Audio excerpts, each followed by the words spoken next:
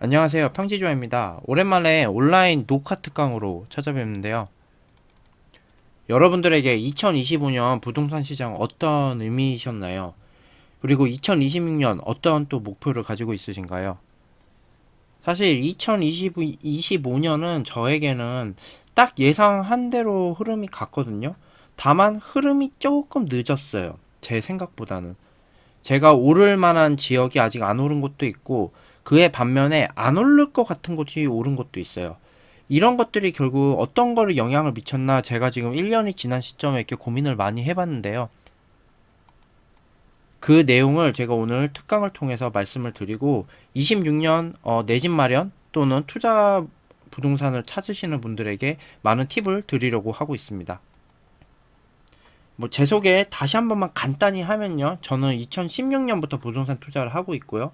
부동산 법인 회사를 하나 운영을 하고 있고 이를 통해서 많은 지금 부동산 투자를 진행을 하고 있습니다.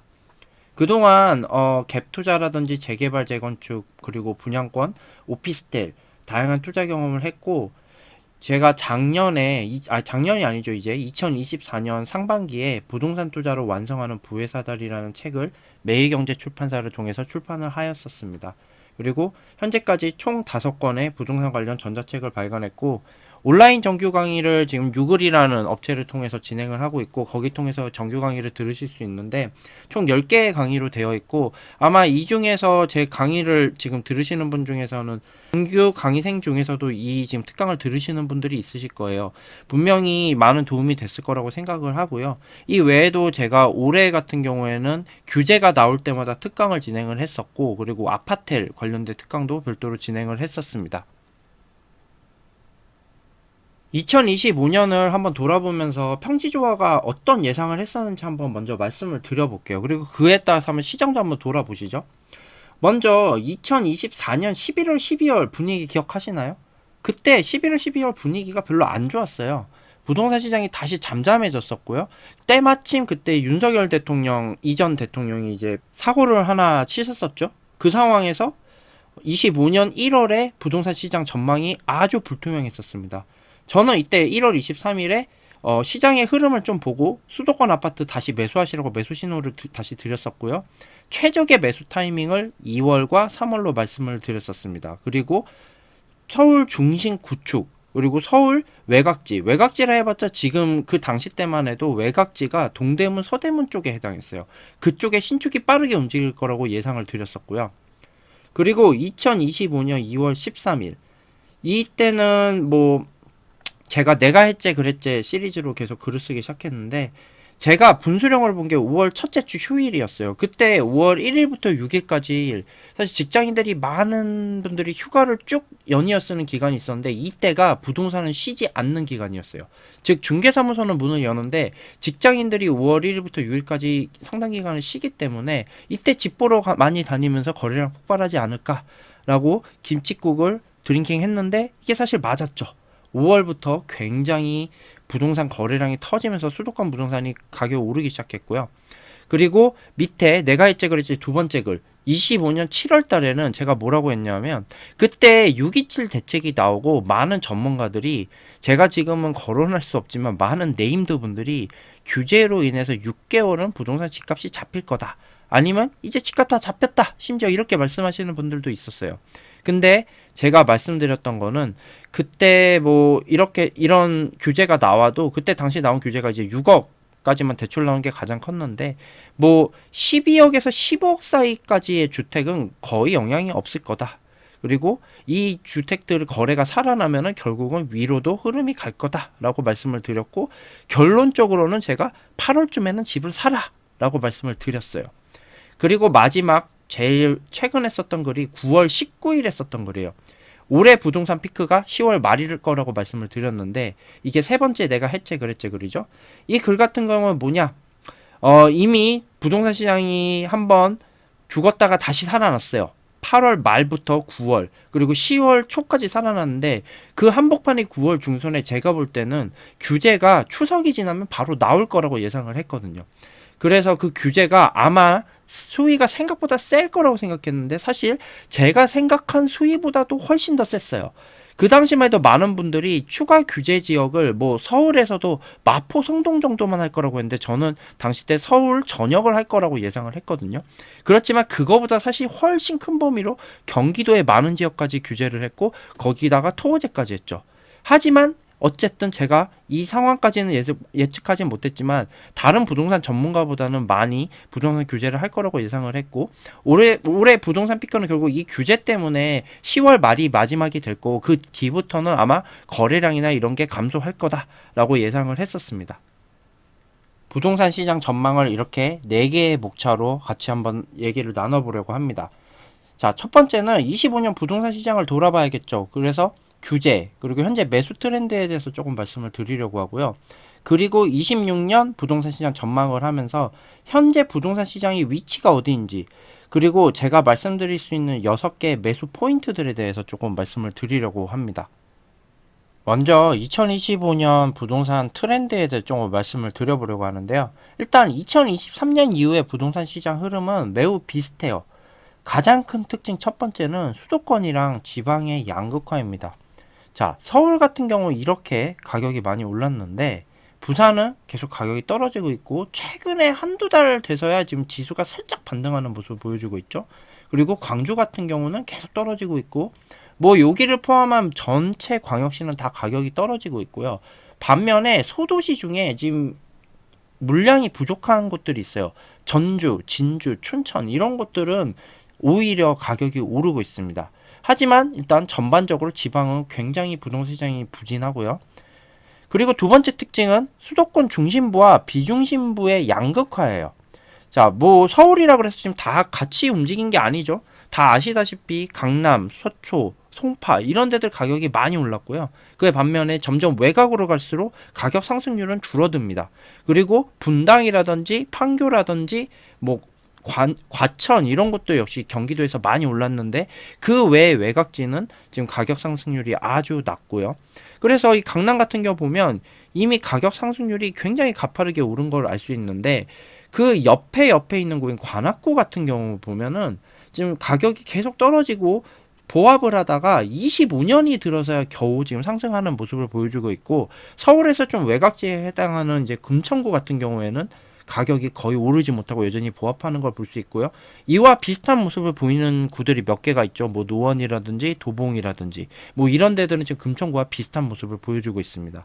이렇게 수도권 내에서도 지금 같이 움직인 게 아니라 수도권 중심부가 크게 오르고 비중심부는 여전히 오르지 못한 곳이 있다. 이렇게 이해를 하시면 될 것 같아요.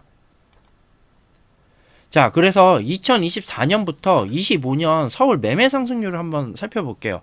자, 이 자료가 KB 부동산 시세인데요. 월간 자료예요. 그리고 아파트의 매매 상승률인데 2024년부터 2025년 6월까지 약 18개월 동안 가격이 오른 게 7% 정도인데 6월에서 12월 아니죠. 11월까지예요. 사실 요 기간 오른 게 지금 6%예요. 그러니까 지금 최근에 지금 한 반년 동안 서울의 상승률이 매우 높았다는 걸 알 수 있는데 자, 그 중에서도 구도를 좀 상세히 살펴보면요. 24년에서 25년 6월까지는 저희가 알고 있는 1급지들 강남, 서초, 송파 여기가 단연코 제일 많이 올랐고요. 거기에 조금 더 많이 오른 데를 따지자고 하면 성동구라든지 뭐 강동구라든지 양천구라든지 이런 데들이 많이 올랐고 그리고 마포구 역시 많이 올랐습니다. 근데 최근에 6개월 트렌드는 좀 달라요. 최근 6개월 트렌드는 일단 보면 강남이랑 지금 송파랑 서초 이런 데 보면 상승률이 요 과거 1년 6개월처럼 높진 않단 말이에요. 이때가 어느 시기죠? 규제가 나오고 이제 규제가 조금 먹히기 시작한 시기인데 이 시기부터는 저희가 흔히 말하는 한강변의 2급지들이 더 많이 오르기 시작합니다. 그래서 광진구, 마포구, 성동구, 강동구, 동작구 이런 것들이 모두 10% 이상 상승률을 하면서 지금 평균 상승률로 보면 1, 2위를 다투고 있습니다. 이게 무슨 뜻일까요? 한 단계 밑으로 상승률이 전이됐다. 즉 강남과 서초와 송파와 이 2급지의 간격이 좁아졌고요. 반면에 2급지랑 3급지는 벌어졌죠. 그러면 앞으로는 어떻게 될까요? 그게 2026년 부동산 시장에 아마 좋은 팁이 될 것 같습니다. 2025년에 나왔던 규제를 한번 좀 돌아볼게요. 제가 앞서도 잠깐 말씀드렸지만 원래 대통령 선거할 때만 해도 다들 규제 안 할 거라는 얘기를 많이 했어요. 왜냐하면 대통령 공약이 그거였거든요. 근데 저는 당연히 할 거라고 생각했고, 그거는 당의 색깔과는 사실 상관이 없습니다. 어떤 정치인이든 간에 위기를 좀 느끼게 되면은 당연히 그에 맞는 대응을 하게 돼 있는데, 부동산이 가장 민감한 내용 중 하나거든요. 자, 가장 먼저 나온 큰 규제가 바로 627 가계대출 규제였어요. 이 규제의 중심 내용이 뭐가 있었냐면, 제일 첫 번째가 제가 여기 쓴 대로 전세태거대출 1억 제한이 있었어요. 이게 사실은 전세태거대출이라는 이름으로 나오진 않았고 생활안정자금 1억 제한이라는 명목으로 나왔는데, 이게 수도권이랑 규제지역을 포함을 해서 이렇게 제한을 했거든요. 즉 내가 전세인이 있는 집을 사요. 그다음 전세인이 나가려고 해요. 그러면 내가 이 사람한테 전세금을 줄 수 있는 게 1억밖에 없다는 거예요. 그러면 내가 이 집에 들어갈 수 있나요, 없나요? 일반적인 사람들은 현금 부자가 아니면 들어가지 못합니다. 그쵸? 그 두 번째가 또 어떤 게 있었냐면 수도권 이전 조건부 전세 대출 금지. 즉 내가 갭 끼고 물건을 사려 그러면 사면서 매수와 동시에 전세를 보통 맞추려고 하죠. 근데 이럴 때 전세 대출을 전세입자가 받지 못하게 하는 거예요. 자, 이게 627 대출은 결국 1차적으로 갭 투자를 차단하려고 이런저런 정책을 썼습니다. 그리고 여기에 이제 덤으로 나온 게 주택담보대출 6억 제한이에요. 그리고 대출은 무조건 30년 만기로 적용하는 거죠. 6억 제한이 사실 작다면 작고 크다면 큰데, 사실 금액이 커질수록 이게 좀 금액이 작아지긴 하죠. 그러니까 15억짜리 주택 사면서 6억 제한 받는 거랑 50억짜리 집 사면서 6억 제한 받는 건 당연히 이 대출로서의 그 비율로 보면 가격이 다르단 말이에요. 제가 627 대책이 나왔었을 때 그래도 이 대책이 오래가지 못할 거라고 생각했던 이유 중 하나가 이 6억 대출이 생각보다 그렇게 큰 영향을 미치진 않을 거라고 생각했기 때문이에요. 왜냐하면 아무리 부자들이 많다 그래도 수도권 주택이 대부분 돌아가는 가격은 웬만해선 다 20억대 이하거든요. 그렇기 때문에 이 대출 제약을 하긴 했지만 어찌됐건 그렇게 크게 영향을 미치진 못했고요. 이 대책이 그래도 실거주 매수를 제한하는 대책이었었습니다. 자, 그리고 이제 10월 15일에 그 두 번째 상승기가 나오고 나서 다시 한번 규제가 나와요. 그리고 이 규제가 제가 아까 말씀드린 것처럼 생각보다 규제 범위가 좀 컸는데, 뭐였죠? 서울 전역을 투기 지역으로 묶고, 그리고 경기도도 상당수 지역 안 오른 데까지 묶었어요. 뭐 예를 들면 의왕이라든지 수원 팔달구, 장안구 이런 데 사실 많이 오르지도 않았는데 이런 데까지 투기 지역으로 묶고, 거기다 플러스로 문제는 뭐였냐면 토지거래 허가로 지정을 했다는 겁니다. 즉 갭 투자를 앞선 627 대책에서는 이제 못하게 어느 정도 막는 수준이었다 그러면, 이거는 토어제까지 걸면서 아예 전면 차단을 시켜버린 거예요. 그리고 여기다가 이제 주택담보대출에 대한 규제도 강화가 됐죠. 25억 이상은 2억 이상은 대출이 안 되고 15억 이상은 4억까지만 대출이 됐어요. 자, 이렇게 되면 어떻게 될까요? 아무래도 고가주택 사는 사람들은 정말 현금 부자가 아니면 쉽지 않은 상황이죠. 규제가 어떤 영향을 미치고 있는지 조금 한번 현재 상황을 말씀을 드려볼게요. 자, 첫 번째 제가 드릴 수 있는 건 고가주택 갈아타기를 일단 어렵게 만듭니다. 자, 제가 한 가족의 예를 들어볼게요. 이 사람들이 예를 들어서 예전에 10억에 집을 샀어요. 그리고 대출을 5억을 받고 샀단 말이에요. 자, 현재 주택 가격은 14억이에요. 자, 14억짜리 집을 팔고 대출 가격을 빼면 남는 건 얼마죠? 9억이죠. 그리고 본인들이 가지고 있는 현금이 2억이에요. 그러면 매도하고 가지고 있는 총 현금은 11억이 되죠. 자, 이 사람들이 상급지 갈아타기로 시도합니다. 보통 상급지로 갈아타지 하급지로 가지 않아요. 그쵸? 자, 이 주택 가격은 현재 16억 정도 해요. 뭐 많이 가격이 더 기존 주택보다 높진 않습니다. 자, 근데 문제는 뭐냐면 주택담보대출이 4억까지밖에 안 나와요. 그쵸? 이렇게 되면 필요현금은 12억이 됩니다. 자, 이 가족이 가지고 있는 현금은 11억이에요. 근데 필요현금은 12억이죠. 결국 상급지 갈아타기가 불가능해집니다. 자, 이러면 어떻게 될까요? 매수를 포기하고 그냥 기존 주택에 거주를 하게 되겠죠. 그래서 이런 게 지금 고가주택으로 갈아타기를 어렵게 만드는데, 올 초까지만 해도 제가 상담을 봐도 그렇고 보통은 뭐 20억짜리 주택 산다 그러면 대출을 7, 8억까지도 받아가지고 매수를 했었어요. 그리고 이 가족 같은 경우도 아마 대출이 똑같이 5억, 6억이 나왔었다면 최소 17억, 18억짜리의 주택을 매수를 했었을 겁니다. 근데 지금 그게 안 되니 이렇게 매수를 할 수밖에 없고요. 자, 두 번째는 15억 이하 주택은 상대적으로 영향이 미미하다는 거예요. 자, 이 15억 이하 주택으로 넘어가려고 하는 가족의 예를 다시 한번 들어볼게요. 자, 이 사람들은 현재 주택 가격이 11억이에요. 그리고 주택담보대출로 4억 정도를 받았습니다. 그러면 7억 정도 현금이 있죠. 그리고 보유현금 똑같이 2억이에요. 그러면 매도하면 총 현금이 9억 정도 됩니다. 자, 이 9억의 현금으로 집을 사고 싶어요. 자, 상급지가 주택 가격이 한 10억 정도 합니다. 그러면 주택담보대출이 딱 6억까지 나오거든요. 필요현금 얼마죠? 9억이죠. 자, 매치되죠. 자, 11억짜리 주택을 사던 사람은 10억짜리로 갈아탈 수가 있어요. 그만큼 15억짜리까지는 수요가 여기가 상급지가 맞고 내가 살고 싶은 아파트 단지이면 수요가 굉장히 많다는 겁니다. 그만큼 수요가 유지가 되고 있고요. 그렇기 때문에 수요가 다가가기 쉽기 때문에 15억 이하 주택은 상대적으로 영향이 미미하다고 할 수가 있어요. 자, 다음 특징은 뭐가 있냐면 토어제는 매물을 줄어들게 만들어서 한 번에 급등을 만든다는 거거든요. 실제로 10월 15일 이후에 규제가 생기고 나서 토어제 규제가 생기고 나서 강동구와 성북구와 영통구에 지금 매물 현황이에요. 10월 15일을 근처로 해서 보면 매물량이 확 줄어든 걸 보실 수가 있습니다. 매물량이고요. 왜 그럴까요? 뭐 당연히 갭 투자가 안 되니 갭 끼고 있는 물건은 다 들어갔겠죠. 도로 팔 수가 없구나 라고 생각하고, 자, 그러면 이거에 따른 부작용이 뭐냐 하면, 자, 제가 한번 한 아파트 단지 예시를 한번 들어볼게요. 이 아파트 단지에 25년 9월에는 매물이 이렇게 4개가 있었어요. 10억짜리 매물이 전세 안고 매물, 10.2억짜리는 월세를 안고 있는 매물, 그리고 10.3억은 실거주가 가능한 매물이고 11억짜리는 실거주 가능한 매물이었어요. 자, 근데 이게 토호제로 인해서 이 전세 안고 매물과 월세 안고 매물이 사라졌습니다. 자, 25년 11월에 매물을 이렇게 딸랑 2개가 남았어요. 10억 3천짜리랑 11억짜리가 있는데, 자, 문제는 뭐냐 하면 10억 3천짜리가 만약에 매수세가 돌면서 거래가 딱 되기 시작하면 어떻게 될까요? 남은 매물은 11억이 남습니다. 그리고 이 매물이 만약에 거래가 되잖아요. 그럼 어떻게 돼요? 여기 아파트의 시세는 더 이상 10억이 아닌 거예요. 9월까지는 10억이었지만 11월에는 바로 11억이 되는 겁니다. 즉, 한 방에 10%가 뛰는 거죠.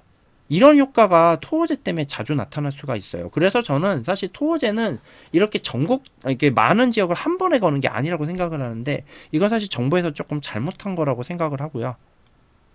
그래서 지금까지 2025년에 나온 규제 내용, 그리고 25년에 지금 흘러왔던 규제에 따른 효과에 대해서 잠깐 말씀을 드렸는데, 그러면 현재 시장 부동산 트렌드가 뭘까요?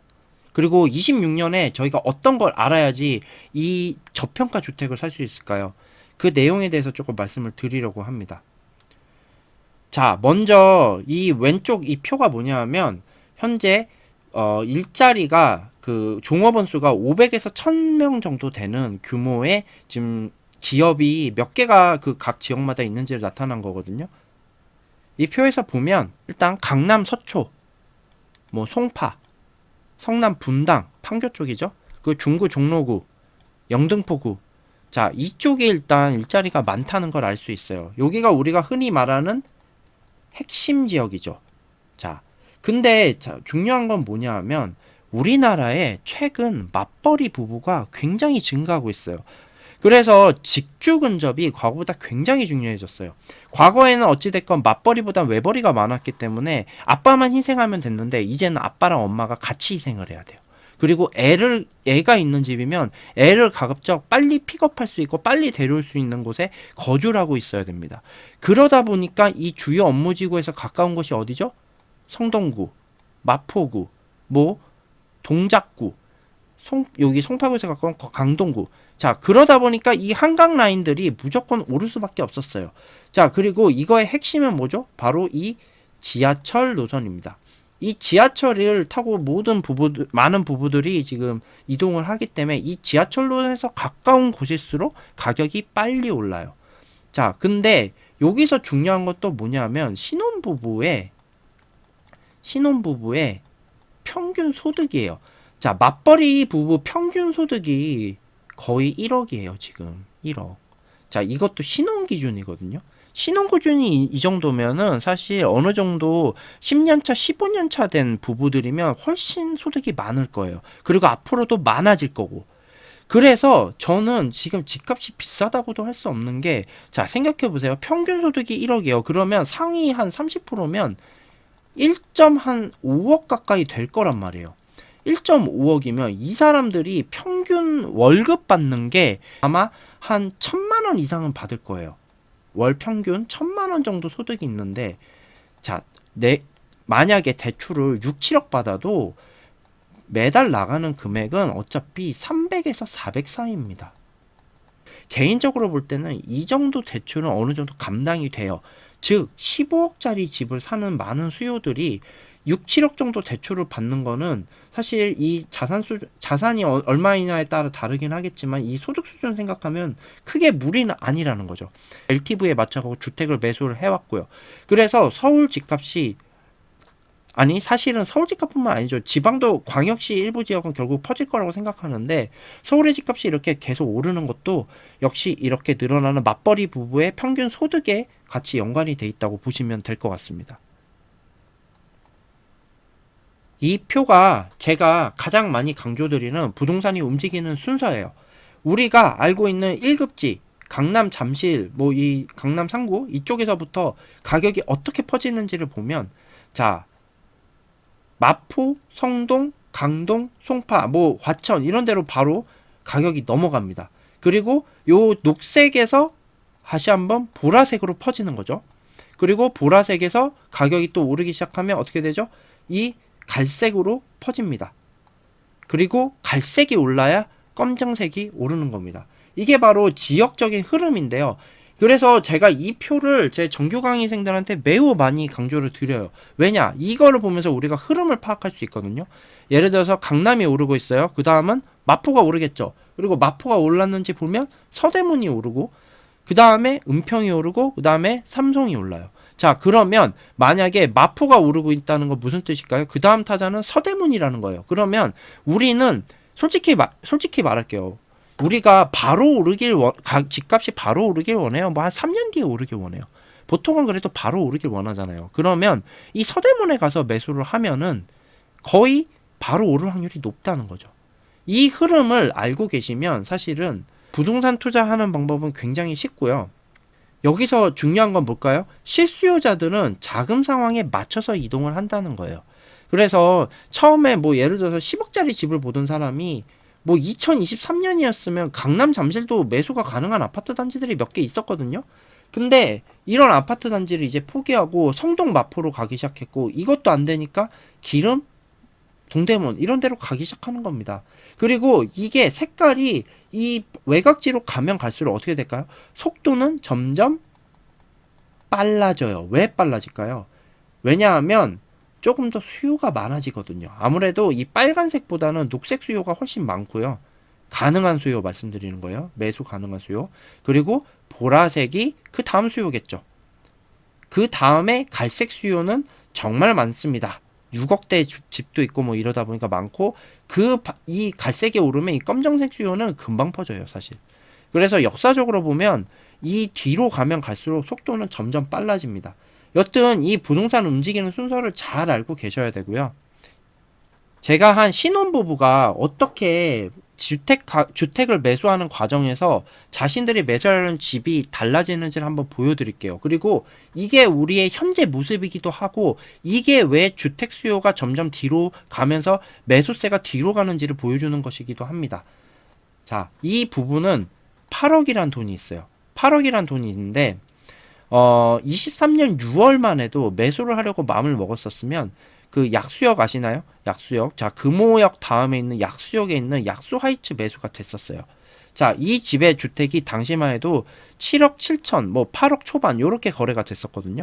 근데 이 주택이 매수를 했었으면 좋았겠지만 이때 매수를 못했다. 그리고 1년의 시간이 지났어요. 자, 이 신혼부부가 1년이 지나고 나서 다시 주택을 사려고 쳐다보기 시작합니다. 그래서 내가 예전에 봤던 약수아이츠 어떤가 하고 봤더니 이미 9억대가 가 있어요. 늦었죠. 그러면 이 신혼부부는 어디로 갈까요? 아, 그래도 어디 딴 데로 가보자면서 넘어오는 거예요. 그게 어디냐? 청계현대라는 마장역 인근. 자, 그래도 성동구예요. 성동구인데 성동구에서 제일 안 좋은 입지긴 합니다. 청계현대 아파트를 본 거예요. 이때 가격이 얼마였냐면 8억 정도 했어요. 그래서 이 주택을 매수를 하겠거니 했는데 갑자기 와이프가 반대를 합니다. 여기는 축산시장이 있다. 냄새가 난다. 안 오를 것 같다. 자, 그러면서 이 주택을 매수를 포기했어요. 자, 이 신혼부부는 23년, 24년 매수 기회를 놓치고 25년 12월까지 넘어왔습니다.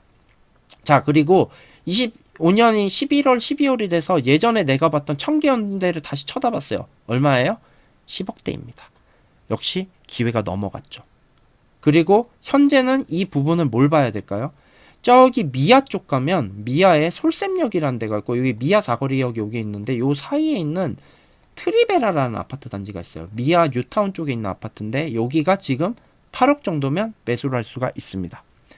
자, 이 신혼부부 어떤가요? 23년부터 24년, 25년까지 넘어오면서 매수를 할 수 있는 데가 어찌됐건 한강변 인근에 있는 어느 아파트 단지, 중심부 아파트 단지 쪽에서 성동의 외곽지역, 그리고 이 미아 쪽까지 이렇게 넘어오게 된 거죠.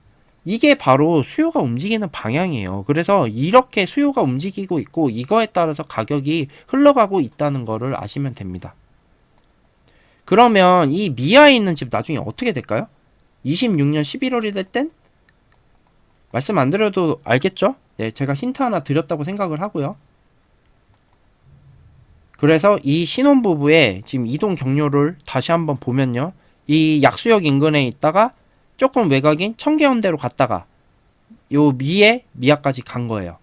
정확하게 흐름이 지금 어찌됐건 성동에서 기름을 넘어가는 이런 흐름까지 간 겁니다. 그래서 부동산은 정말 선택이 중요한 거예요. 한 번 선택을 못하면 이렇게 내 급지가 훅훅 바뀌게 됩니다. 자, 그리고 현재 트렌드를 보기 위해서 우리가 알아야 되는 그 사람들의 매수 심리 변화가 있는데요. 뭐 지역적인 흐름은 앞서 말씀드린 대로 당연히 상급지 여기를 살고 싶어하고 거기서 이제 점점 하급지로 밀려나는 거죠. 근데 이 같은 지역 내에서도 아파트의 규모 그리고 아파트의 상품에 따라서 당연히 우리가 살고 싶어하는 그런 아파트와 매수하고 싶어하는 아파트가 다른데요. 상승 1단계. 자, 이제 막 이 지역에 상승이 도달했어요. 그럼 뭐가 제일 먼저 오를까요? 당연히 신축입니다. 무조건 신축. 얼죽신이지. 자, 23년, 24년만 해도 얼죽신이라는 단어가 신문기사에 많이 나왔는데 제가 그랬죠. 그럴 리가 없다. 얼죽신이라는 거는 요즘 무슨 MZ세대가 달라서 얼죽신해서 신축 아니면 안 산다고 그때 신문기사에서 많이 떠들었는데 말도 안 된다고 생각했어요. 왜냐? 어차피 신축이 제일 먼저 그냥 오르는 거예요. 오르는 게 올라야 다음 타자가 오르죠. 그쵸? 그래서 얼죽신이건 말건 일단 신축이 제일 먼저 오르는 거예요. 그래서 신축이 이렇게 올라가면 자, 상승 2단계에서는 신축이 비싸요. 그러니까 뭘 보기 시작해요? 그래도 커뮤니티 센터가 얼서풀게라도 갖춰진 준신축 이런 거를 쳐다보는 겁니다. 그리고 준신축 뭐 한 2008년에서 2010년 이 정도 되는 거, 요 정도 되는 거를 사면 그래도 상품성이 있으니 가격이 오르겠지. 이때만 해도 구축은 쳐다도 안 봅니다. 자, 반면에 구축을 보는 건 뭘 보냐 하면 한 급지 높은 거. 야, 그래도 여기 준신축보다는 저기 한 단계 높은 저쪽에 구축이 낫지 않을까라고 고민을 하기 시작해요. 그러면서 준신축과 구축의 가격이 서로 경쟁을 하면서 오르기 시작합니다. 준신축과 상급지 구축이 급등을 해요. 자, 그러면 3단계에 도달합니다. 3단계는 뭘까요? 일단 구축이에요. 구축인데 구축도 종류가 다르죠. 그래도 재건축 호재가 있는 구축을 사려고 합니다. 재건축, 이거는 근데 지역마다 달라요. 지역마다 다른데 재건축이 먹히는 데가 있고 안 먹히는 데가 있는데 그래도 좀 먹히는 데는 재건축 호재가 있는 곳을 사고 버티자 라고 생각을 해요. 그리고 구축이 역시 급등을 하겠죠. 재건축 아파트가. 자, 재건축 아파트가 안 오르면 재건축 아파트가 오르면 그 다음은 뭘까요? 바로 리모델링 아파트 단지입니다. 리모델링 아파트 단지 호재는 솔직히 말씀드리면 24년 하반기까지만 해도 다들 쳐다도 안 봤어요. 아니 25년 초까지만 해도 마포 송동에 있는 리모델링 아파트 호재도 안 쳐다봤거든요. 근데 지금 다 쳐다보고 있거든요. 왜 그럴까요? 자, 리모델링도 호재긴 호재예요. 그리고 새 아파트가 되는 거잖아요. 그러니까 다들 쳐다보기 시작합니다. 그리고 이 리모델링 아파트뿐만 아니라 사실 리모델링은 모든 구축 아파트가 용적률에 상관없이 할 수 있거든요. 그러니까 모든 구축 아파트가 오르지 않을까라고 생각하고 이쪽의 아파트를 매수하기 시작합니다. 자, 이때 경쟁 심리가 드는 게 뭘까요? 난 구축 아파트 못 살겠어. 여기보다 급지 낮은 신축 사는 게 낫지 않을까? 라고 생각을 하는 거예요. 그러면서 경쟁이 붙죠. 자, 이렇게 과정을 거치면 모두가 급등하는 겁니다. 그 지역에 1, 2, 3, 4단계를 거치면 모든 아파트가 다 올라요. 그러면 이제 마인드가 뭐로 바뀌냐? 이 지역에서는 집은 무조건 사야 된다. 이걸로 바뀌어요. 한 톨의 대지 지분이라도 갖고 싶다. 나홀로 아파트나 빌라라도 사자. 자, 이게 아주 핵심입니다. 이 상승 5단계까지 가면 이건 사실 끝까지 간 거예요. 그렇기 때문에 만약에 본인이 보이는 지역이 있으면 이게 지금 1단계에서 5단계까지 중에 어디에 와 있는지를 꼭 파악을 하셔야 됩니다. 그거를 제가 예시로 좀 한번 드려볼게요. 자, 먼저 강남 쪽 얘기를 한번 해볼까요? 강남에 같은 경우는 이제 강남 3구 쪽 얘기를 해보면 자, 양재역에서 조금 떨어진 곳에 경남 아파트라고 있어요. 348세대. 어찌 보면 이게 나홀로 아파트 수준이거든요. 단지도 4개밖에 없고 뭐 나홀로까지는 아니지만 어찌됐건 굉장히 소규모예요. 근데 여기도 어쩌죠 지금? 정고점을 넘어서 지금은 20억 이상을 지금 기록을 하고 있고요. 요거 완전 진짜 나홀로죠. 잠실 한솔 아파트 석촌역 인근에 있는 아파트인데 주변이 다 빌라촌이에요. 자, 여기 아파트 33평이 정고점 13억대였는데 지금은 18억까지 올라갔습니다. 그리고 최근 시세 상승만 봐도 12억 13억 언저리에서 18억까지 5억이 오른 걸 알 수 있어요. 자, 어때요? 강남 상구 쪽은 제가 생각할 때는 이미 4에서 5단계로 넘어가고 있습니다. 지금 강남 불패라는 게 아주 여러분들한테도 머릿속에 각인돼 있을 거예요. 그냥 그런 시기예요. 이미 상승 5단계까지 왔기 때문에 그냥 그렇게 인지를 하시면 될 것 같습니다. 거의 끝까지 다 왔다. 그래서 여기서 집을 사면 어떻게 된다? 웬만하면 다 비싸게 사게 된다 라고 아시면 될 것 같아요. 자, 그러면 동대문구는 어떨까요? 자, 성동구를 건너뛰어서 한번 동대문구로 가볼게요. 동대문구에 가면 자, 크레시티 아파트, 미드카운티 이런 데는 이제 정고점을 거의 도달했거든요. 근데 여기 보면 미주 아파트라고 재건축으로 아주 유명한 청량리역 역세권 아파트 단지가 있어요. 자, 여기 같은 경우는 여전히 시세가 정고점 근처에 머물러 있습니다. 그리고 여기 조금 더 가면 전농의 스카이라는 아파트인데 여기는 뭐 사실 큰 호재가 없는 그냥 구축 아파트예요. 여기가 정고점을 넘지 못하고 최근에 오르긴 올랐지만 뭐 1억 내외로 올랐어요 일단. 자, 여기는 어때요? 청량리는 상대적으로 앞서 보여드린 강남 3구랑 비교해봐도 느끼겠지만 상승이 아직은 더딥니다. 그래서 제가 느끼기에는 여기는 이제 재건축은 조금 넘어갈랑 말랑하는 단계고 4단계로 지금 막 향해 가고 있는 중인 거예요. 그래서 여기는 사실 2단계까지도 매수를 해도 되고 3단계, 4단계도 그리 늦진 않은 것 같습니다. 즉 여기는 그래도 요 정도 단계를 매수를 하면 저평가구나 라고 생각을 하시면 될 것 같고요. 자, 다음은 여긴 어디냐? 성북구와 노원구 사이에 있는 아파트 단지예요. 자, 여기 같은 경우는 지금 아파트 단지 꿈의 숲 아이파크를 보면 2020년식 신축인데 자, 올랐어요. 올랐는데 정고점 가긴 했는데 사실 정고점 수준이고 최근에 뭐 1년간 오른 걸 보면 한 1억 5천 정도 올랐거든요. 뭐 많이 올랐다면 많이 올랐고 적게 올랐다면 적게 올랐어요. 왜냐면 상대적인 거니까. 그리고 요 역세권 여기가 이제 경전철역이 생기는 데죠.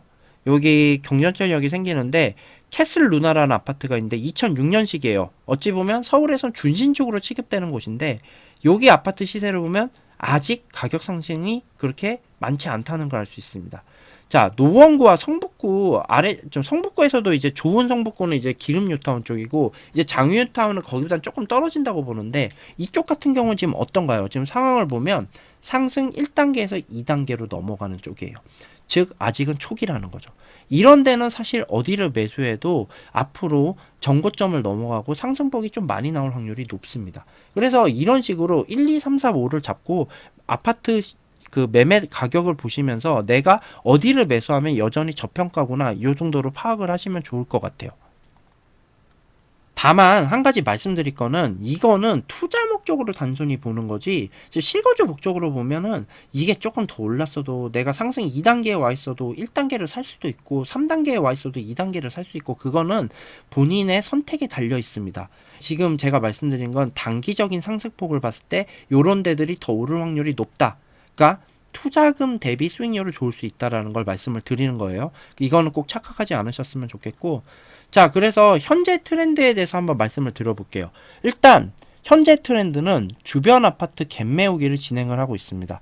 아까 잠깐 보여드렸던 약수 하이츠를 예시를 들어보면요. 24년 7월까지만 해도 10억도 안 되는 금액에 매수를 할 수 있었는데 지금 25년 11월 기준으로 하면은 14억까지 약 4억이 넘게 올랐어요. 자, 동대문으로 가면 레미안 위브라는 아주 신혼부부들이 잘 찾는 아파트가 있는데 이 아파트 단지 마찬가지예요. 25평이 10억대였다가 현재는 14억을 넘어서 15억대를 형성을 하고 있습니다. 자, 이 두 아파트가 갑자기 왜 올랐을까요? 1년 사이에 무슨 큰 호재가 있었을까요? 아닙니다. 이 아파트는 그냥 오를 때가 된 거예요. 구축이잖아요. 호재가 크게 없는 구축이에요. 그러다 보니까 옆에 주변에 이런 신축들이 막 오르고 나면 어느 순간 보면 이런 아파트 가격이 오르고 있는 거예요. 이 아파트 마찬가지예요. 이 아파트는 준신축인데 주변에 일단 레미안 크레시티라든지 이런 아파트가 크게 오르고 이 앞에서는 당연히 성동구 구축이 오르기 시작했겠죠.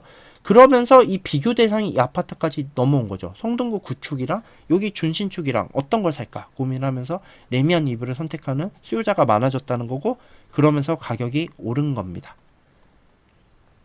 자, 비슷한 트렌드 기름 6단지에서도 볼 수 있는데 기름역에 이제 근처에 있는 기름 뉴타운 6단지 같은 경우도 23평이 원래 8억대까지도 매수가 됐거든요. 24년에는. 그리고 사실은 올해 초까지도 흐름이 비슷했어요. 근데 최근 들어오면서 가격이 오르면서 11억 그리고 실제 매물은 12억 정도로 형성을 하고 있고요. 자, 경기도에서는 인덕원역을 예시로 들 수 있는데 인덕원 센트럴 푸르지오 여기가 24년 7월에는 한 7억 정도 시세를 형성을 하다가 현재는 9억 정도 시세를 보이고 있습니다. 여기 마찬가지예요. 갑자기 뭐 호재가 터졌나요? 아니면 여기에 뭐 갑자기 수요가 몰릴 만한 일자리가 생겼나요? 아니라는 거죠. 여긴 뭘까요? 흐름이 온 거예요. 인덕원역에 올 흐름이 됐었던 거고 기름역도 역시 흐름이 올 때가 된 겁니다. 왜냐? 4호선 라인을 타고 출퇴근하려는 사람이 쳐다보다 보니까 여기 아파트가 보였던 거죠. 그러면서 여기도 가격이 오른 거고요. 그래서 제가 말씀드리고 싶은 건 이렇게 점차 지역적으로 가격을 맞추고 있다는 건데 여기서 하나 트렌드를 정확하게 말씀을 드릴 게 한방에 키를 맞춘다는 거예요. 요즘 한방에 키 맞추기가 유행이에요. 그리고 이 한방이라는 게 보통 2, 3개월 내로 발생합니다. 자, 경기도 안양에 있는 초원마을 대림이라는 아파트 단지 자, 여기를 보면 어때요? 32평이 거의 안 오르다가 3개월 만에 무려 3억 가까이 오릅니다. 자, 경기도 광명에 있는 하안주공 아파트. 자, 하안주공 아파트 시리즈 되게 유명하거든요. 그리고 여기 25년 초에 제가 매수하라고 추천을 그렇게 해도 거들떠도 안 봤어요. 이 아파트 안 오를 것 같다고. 자, 아무리 여기 택지 지역 무슨 호재 정비를 한다고 호재가 있어도 아무도 안 쳐다보던 아파트인데 최근에 2개월 사이에 보면 이 5억대 하던 게 이제는 6억대로 넘어갔습니다. 역시 1억 정도 시세가 올랐고요. 경기도 용인 수지구의 동부 아파트 제가 리모델링 호재나 뭐 이런 거 얘기하면서 이쪽 아파트 단지도 굉장히 많이 얘기를 했었는데요. 여기 아파트 단지 역시 마찬가지예요. 지금 요 수지구청역 인근에 있는 구축 아파트 굉장히 다 많이 올랐거든요. 동부 아파트 역시 시세 흐름을 따릅니다. 6억대 계속 나오다가 한 방에 7억대로 2개월 만에 1억이 올랐습니다. 사실 이런 거 보면 1억이 우스워요. 그쵸? 한 방에 이렇게 가격을 맞추는 걸 보면.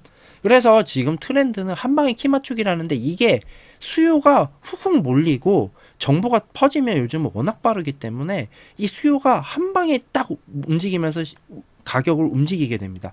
그렇기 때문에 여러분들이 이 시세 흐름을 한순간 놓치면 지각비가 1, 2억이 될 수가 있어요. 그래서 이런 거를 꼭 명심하면서 지금 수도권 부동산 시장을 바라보시면 좋겠고요. 그래서 여러분들이 결국 알고 싶어 하는 건 이거죠. 어디가 앞으로 더 많이 오를 건데, 그래서 저평가 지역은 어디냐? 지금 이걸 알고 싶은데, 이거 내용을 제가 말씀드리기 전에 조금 더 냉철하게 현재 시장 모습을 좀 보여주면서 앞으로 어디가 더 많이 오를까에 대한 고민을 같이 한번 해보면서 말씀을 드리려고 합니다. 사실 이 부분이 제가 다른 부동산 전문가랑 조금 분석 내용이 다를 수도 있고, 저는 개인적으로 자신이 있는 부분이기도 한데, 저는 시장을 조금 더 냉철하게 분석을 하면서 과연 수도권 시장이 계속 오를까? 어떤 사람은 무슨 슈퍼사이클이라서 2032년, 3년, 4년 뭐 계속 오를 거라는데, 수도권 시장이 냉정하게 보면 2013년부터 지금 오르기 시작했는데, 그 중간에 잠깐 쉬었던 2년 정도를 제외하면요, 과연 정말 그렇게 계속 오를 수 있을까? 그거를 조금 말씀을 드려보려고 하는데요. 이거 역시 정규 강의를 들으신 분들이면 어느 정도 내용은 아실 거예요. 그래도 한번 다시 상기를 시켜볼게요. 자, 여기 표에 1, 2, 3이 있는데 이거 내용을 한번 잘 보시길 바랍니다. 자, 서울 경기 입주 물량이에요. 2009년에서 2012년. 자, 이 시기가 어떤 시기냐면 부동산 시장이 무너졌던 시기예요. 이 그래프를 보면 되게 미미하지만 사실 이 시기에 집값이 보통 20에서 최소 3, 40%까지 하락했었습니다. 뭐 용인 같은 데는 50% 이상 떨어졌고요. 강남도 한 3, 40% 떨어졌었어요. 자, 이 시기가 어찌됐건 제일 우리가 기억하는 가격이 많이 흔들린 구조적인 하락이 나왔던 시기인데, 자, 이 시기 입주 물량이 많았나요? 이게 핵심 포인트예요. 자, 전문가들이 모두 입주 물량이 없기 때문에 가격이 오를 거라고 하는데, 이 시기가 가격이 흔들린 만큼 물량이 많았냐는 거죠. 그리고 두 번째, 2017년부터 19년 요 사이를 봐주세요. 입주 물량 굉장히 많죠. 근데 이 시기 어떻죠? 가격이 굉장히 많이 올랐어요, 서울이. 그리고 이때가 사실 2차 급등기였기도 했거든요. 자, 수도권은 입주 물량만 보면 안 됩니다. 이렇게 틀린 예시가 나올 수가 있어요. 그래서 제가 보여줄 게 이 바로 3번 전세가율이에요. 수도권은 사실은 전세가율이 아주 중요한데, 특히 대출 규제가 심해지면 심해질수록 전세가가 받쳐주지 못하는 매매 상승은 뒤에 가면 탈이 납니다. 그래서 이 전세가율 변동을 보시면 좋을 것 같아요. 일단 우리 이 하락이 나왔던 시기 2009년에서 2011년 사이에는 이 전세가율이 보면 최악에서부터 시작해요. 강남 11개구의 평균 전세가율은 한 7, 8%, 강북 14개구는 40% 초반, 즉 역대 최저 전세가율에서 시작을 합니다. 그렇게 되니까 이 전세가율 회복할 시간이 필요했죠. 그러다 보니 가격은 떨어지고 전세가는 오르는 현상이 오면서 전세가율이 올랐던 겁니다. 반면에 2018년, 19년, 20년 이때 아무리 입주 물량이 많아도 무너지지 않았던 건 이미 전세가율이 상당히 게이지가 차 있었기 때문에 전세가는 떨어졌거든요. 이 시기에 분명히. 제가 지금도 또다시 기억하는 게 헬리오시티 입주할 때 2019년에 난리 났었어요.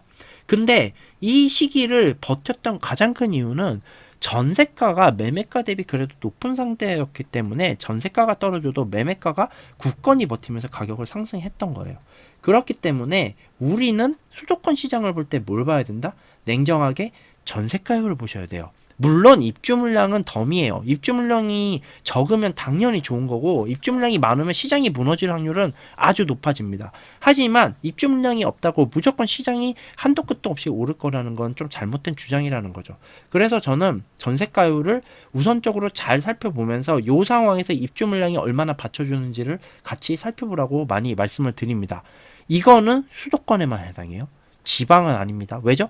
수도권은 전국구 대상으로 움직이는 장이잖아요. 그러니까 많은 수요들이 모이기 때문에 전세가율이 아주 이렇게 출렁출렁해요. 자, 제가 이렇게 전세가율을 보여주지만 사실 부산이나 대구나 뭐 광주나 대전 이런 데는 전세가율이 이렇게 크게 흔들리지 않습니다. 여기 수도권은 보시면 알겠지만 전세가율이 한번 왔다 갔다 하면 거의 3, 40%로 왔다 갔다 하거든요. 이게 무슨 뜻이죠? 몰릴 때 수요가 확 몰린다는 거예요. 그렇기 때문에 이 가격이 전세가율에 따라서 흔들릴 가능성이 높다는 겁니다. 물론 여기는 대출 규제라는 큰 악재가 있을 때 나타나는 형상이고요. 제가 그래서 자주 보는 것 중 하나가 뭐냐면 정비사 호재 없는 아파트 단지 있죠. 거기에 10에서 25년차 아파트 단지들. 뭐 재건축 아파트는 당연히 30년이 넘었기 때문에 전세가가 크게 오르기가 힘들어요. 근데 10에서 25년 차는 시세 흐름에 따라 수요가 몰리면 전세가가 오르거나 뭐 이럴 수가 있거든요. 그래서 전세가율을 이쪽을 위주로 봅니다. 그래서 이 아파트 단지들의 전세가율이 어떻게 흘러가고 있냐가 핵심인데, 자, 엘스부터 한번 볼게요. 엘스. 자, 우리의 과거 최고의 아파트 비쌌던 시기가 언제죠? 21년, 22년이에요. 자, 이 시기랑 비교를 해서 보면, 자, 아파트 이때 26억 했거든요. 엘스. 그리고 전세는 한 11억, 12억 했어요. 그 전세가율이 한 45% 정도 나왔다는 거죠. 이때는 근데 잠실 같은 경우는 토지에 묶여서 조금 더 매매가가 눌려 있긴 했어요. 뭐 근데 그거를 감안하더라도 지금 이미 시세가 34억, 35억인데 전세가는 여전히 11억, 12억이라는 거죠. 전세가율이 33%예요. 자, 반포 자이 마찬가지예요. 지금 과거에 35평 40억이 좀 안 되는 30 뭐 한 7, 8억 정도 금액이었는데 지금 50억 하거든요. 50억? 한 12억 올랐어요. 자, 근데 전세가는 역시 10억 중반에 머물러 있습니다. 마찬가지예요. 지금 전세가율 30%로 굉장히 낮습니다. 자, 강남만 이러냐? 옥수 리버젠, 성동구 마찬가지. 매매가는 크게 올랐는데 전세가는 그대로인 게 보이죠? 여기 마포 역시 마찬가지입니다. 마포 역시 18억이었던 34평 아파트가 지금은 26억 해요. 전세는 거의 오르지 않았습니다. 그리고 현재 전세는 지금 뭐 9억 정도 하는데, 이러면 사실은 마포 레미안 푸르지오도 25년 상반기까지 한 요 정도까지만 해도 매수를 할 만했는데 이제는 아니라는 겁니다. 이 정도 오르면 이제 선방형을 상당히 했다는 거예요. 그래서 제가 말씀드리는 거는 요 주요 아파트들, 강남 그리고 2급지의 주요 아파트들은 어느 시점보다 역사적으로 낮은 전세가율을 보이고 있어요. 그래서 제가 생각하는 거는 전세가를 성방형했다는 겁니다. 예를 들면 반포자이 같은 경우 50억에 전세가 13억이면, 자, 전세가 앞으로 오를 거예요. 매매가 앞으로 입주 물량이 없기 때문에 전세가가 오를 텐데, 이게 뭐 한 17억까지 18억까지 오른다고 해볼게요. 앞으로 한 2년 동안. 이것도 사실 굉장히 많이 오르는 거죠. 2, 3년 동안 17억, 18억 간다는 건. 그럼에도 전세가율은 36%, 40% 이내입니다. 이거는 이미 굉장히 많은 부분을 매매가가 선반영했다고 할 수 있어요. 그만큼 지금 달아났다는 거고, 이런 상황에서는 안 오른다는 게 아니에요. 안 오른다는 게 아니라 지난 2년처럼 급등하기는 쉽지 않을 거라는 겁니다. 그래서 가격이 올라도 이제는 이런 급등 모양을 보기는 아마 쉽지 않을 것 같아요. 그래서 이런 거를 참고를 해서 움직이셨으면 좋겠습니다. 실제로 25년 연말에 지금 벌어지고 있는 현상을 보여드리면, 제가 아까도 말씀드렸지만 규제가 나오기 시작하면은 전세가율 영향을 많이 받게 돼요. 많이 받게 되는데, 자, 잠실주공 5단지는 일단 재건축이긴 하지만 주변 아파트의 시세에 영향을 받아서 조금 더 움직이기 시작하는데, 이 아파트 단지 같은 경우는 25년 7월에 즉 627 대책이 나오기 전까지 거래된 거는 그래도 40억대 이상 아파트로 거래가 단지 아파트 매물이 거래가 됐었는데, 자, 최근에 거래된 건 모두 30억대입니다. 그리고 40억이 거래가 되긴 했어도 이전보다는 확실히 시세가 낮아진 걸 볼 수가 있고요. 반포자이 역시 마찬가지예요. 전용 84 아파트 25년 7월만 해도 최고가 50억까지 찍고 보통 48억, 49억 이렇게 거래가 됐었는데, 최근에 거래된 거는 48억이고요. 627 대책 이후부터 확실히 상승세가 꺾이고 지금 강남 쪽 늦어진 걸 볼 수 있거든요. 그래서 이 모습을 보고 이 최근에 급등했던 마포랑 성동 있죠. 여기서도 일부 신축 단지들 그리고 준신축 단지들 너무 오버슈팅한 데는 좀 흐름이 늦어지거나 당분간 가격이 못 오를 가능성이 있다는 걸 아셨으면 좋겠어요. 그래서 제일 바보 같은 짓이 뭐냐? 지금 성동 마포에 있는 신축 아파트 무리해가지고 막 기존 집 팔고 뭐 이상한 대출 끌어갖고 들어가시는 분이에요. 그런 거를 지금 좀 안 하셨으면 한다라고 말씀을 드리고요. 앞으로 시장에 대해서 조금 예상을 해보면요. 일단 서울과 경기 입주 물량을 보면 뭐 이게 확실한 거는 입주 물량은 과거 대비해서 굉장히 적다라는 거예요. 이거는 이제 확실하고요. 근데 이 문제는 나중에 조금 설명을 드리겠지만 대출 금리에 따라서 전세가가 얼마나 오를지가 달려 있어요. 그래서 대출 금리에 따라서 월세가 많이 오를 수도 있고 전세가 많이 오를 수도 있는데 일단 확실한 건 임차 비용은 올라가게 될 겁니다. 다만 2028년은 조금 변수가 될 수 있는 게 제 생각에 27년만 돼도 경기도 상당수 그리고 인천까지 상승이 다 퍼질 것 같거든요. 그러면 그때부터는 이제 건설사들이 집을 막 짓기 시작하는 거예요. 그러면 2028년부터는 생각보다 많은 분양 물량이 나올 수 있습니다. 그래서 2028년은 분양 물량에 따라서 우리 시장이 약간 무너지거나 아니면 그에 따라서 3기 신도시가 그때부터 본격화될 수도 있기 때문에 그런 걸 좀 고려를 하셔야 되고요. 그래서 전세가율이 낮은 곳은 아까 앞서 보여드린 것처럼 매매가가 전세가 미래 상승분은 이미 선반영해서 올라갔다라고 파악을 하시면 될 것 같고, 전세가가 올라도 매매가가 들어올 수 있구나 라고 생각하면 될 것 같고요. 전세가율이 높은 곳, 그러니까 과거 대비 전세가율이요. 뭐 당연히 의정부랑 강남이 똑같은 전세가율로 판단하면 안 되겠죠. 강남은 기본적으로 전세가율이 한 50% 정도가 적당한 거고 45에서 50%가, 의정부 같은 경우는 기본적으로 최소 55에서 60%는 유지를 해야 되는 곳이잖아요. 그러니까 이 차이는 당연히 있지만 만약에 요 과거 대비 전세가율이 올라갔다면 미래 상승을 기대할 수 있다는 거예요. 그리고 평균 전세가율만 유지하고 있어도 이런 거죠. 여기에 예를 들어서 성북구의 어떤 아파트 단지가 일반적으로 한 55% 정도 전세가율을 유지한다 라고 하면 현재 55%면 무슨 말이에요? 전세가 1억 오를 때 매매가 1.5억 정도 오를 수 있다는 거예요. 이 똑같은 전세가를 유지한다는 기준으로 봐도요. 그래서 이런 거를 고려를 해서 보시면 좋을 것 같습니다. 그래서 지금 비교해서 볼 게 두 가지가 있는데, 첫 번째는 전고점 대비 하락률이에요. 우리 전고점을 조금 무시하는데 전고점이 뭐죠? 전고점이 20년, 21년에 온갖 규제가 있었을 때 다 핍박을 받으면서 올라갔던 가격이란 말이에요. 뭐 이게 어찌 보면 풍선 효과라고도 할 수 있지만 어찌됐건 풍선 효과는 비슷하게 지금도 나올 거기 때문에 대출이 지금 어찌됐건 15억이 넘어가면 대출이 들 나오잖아요.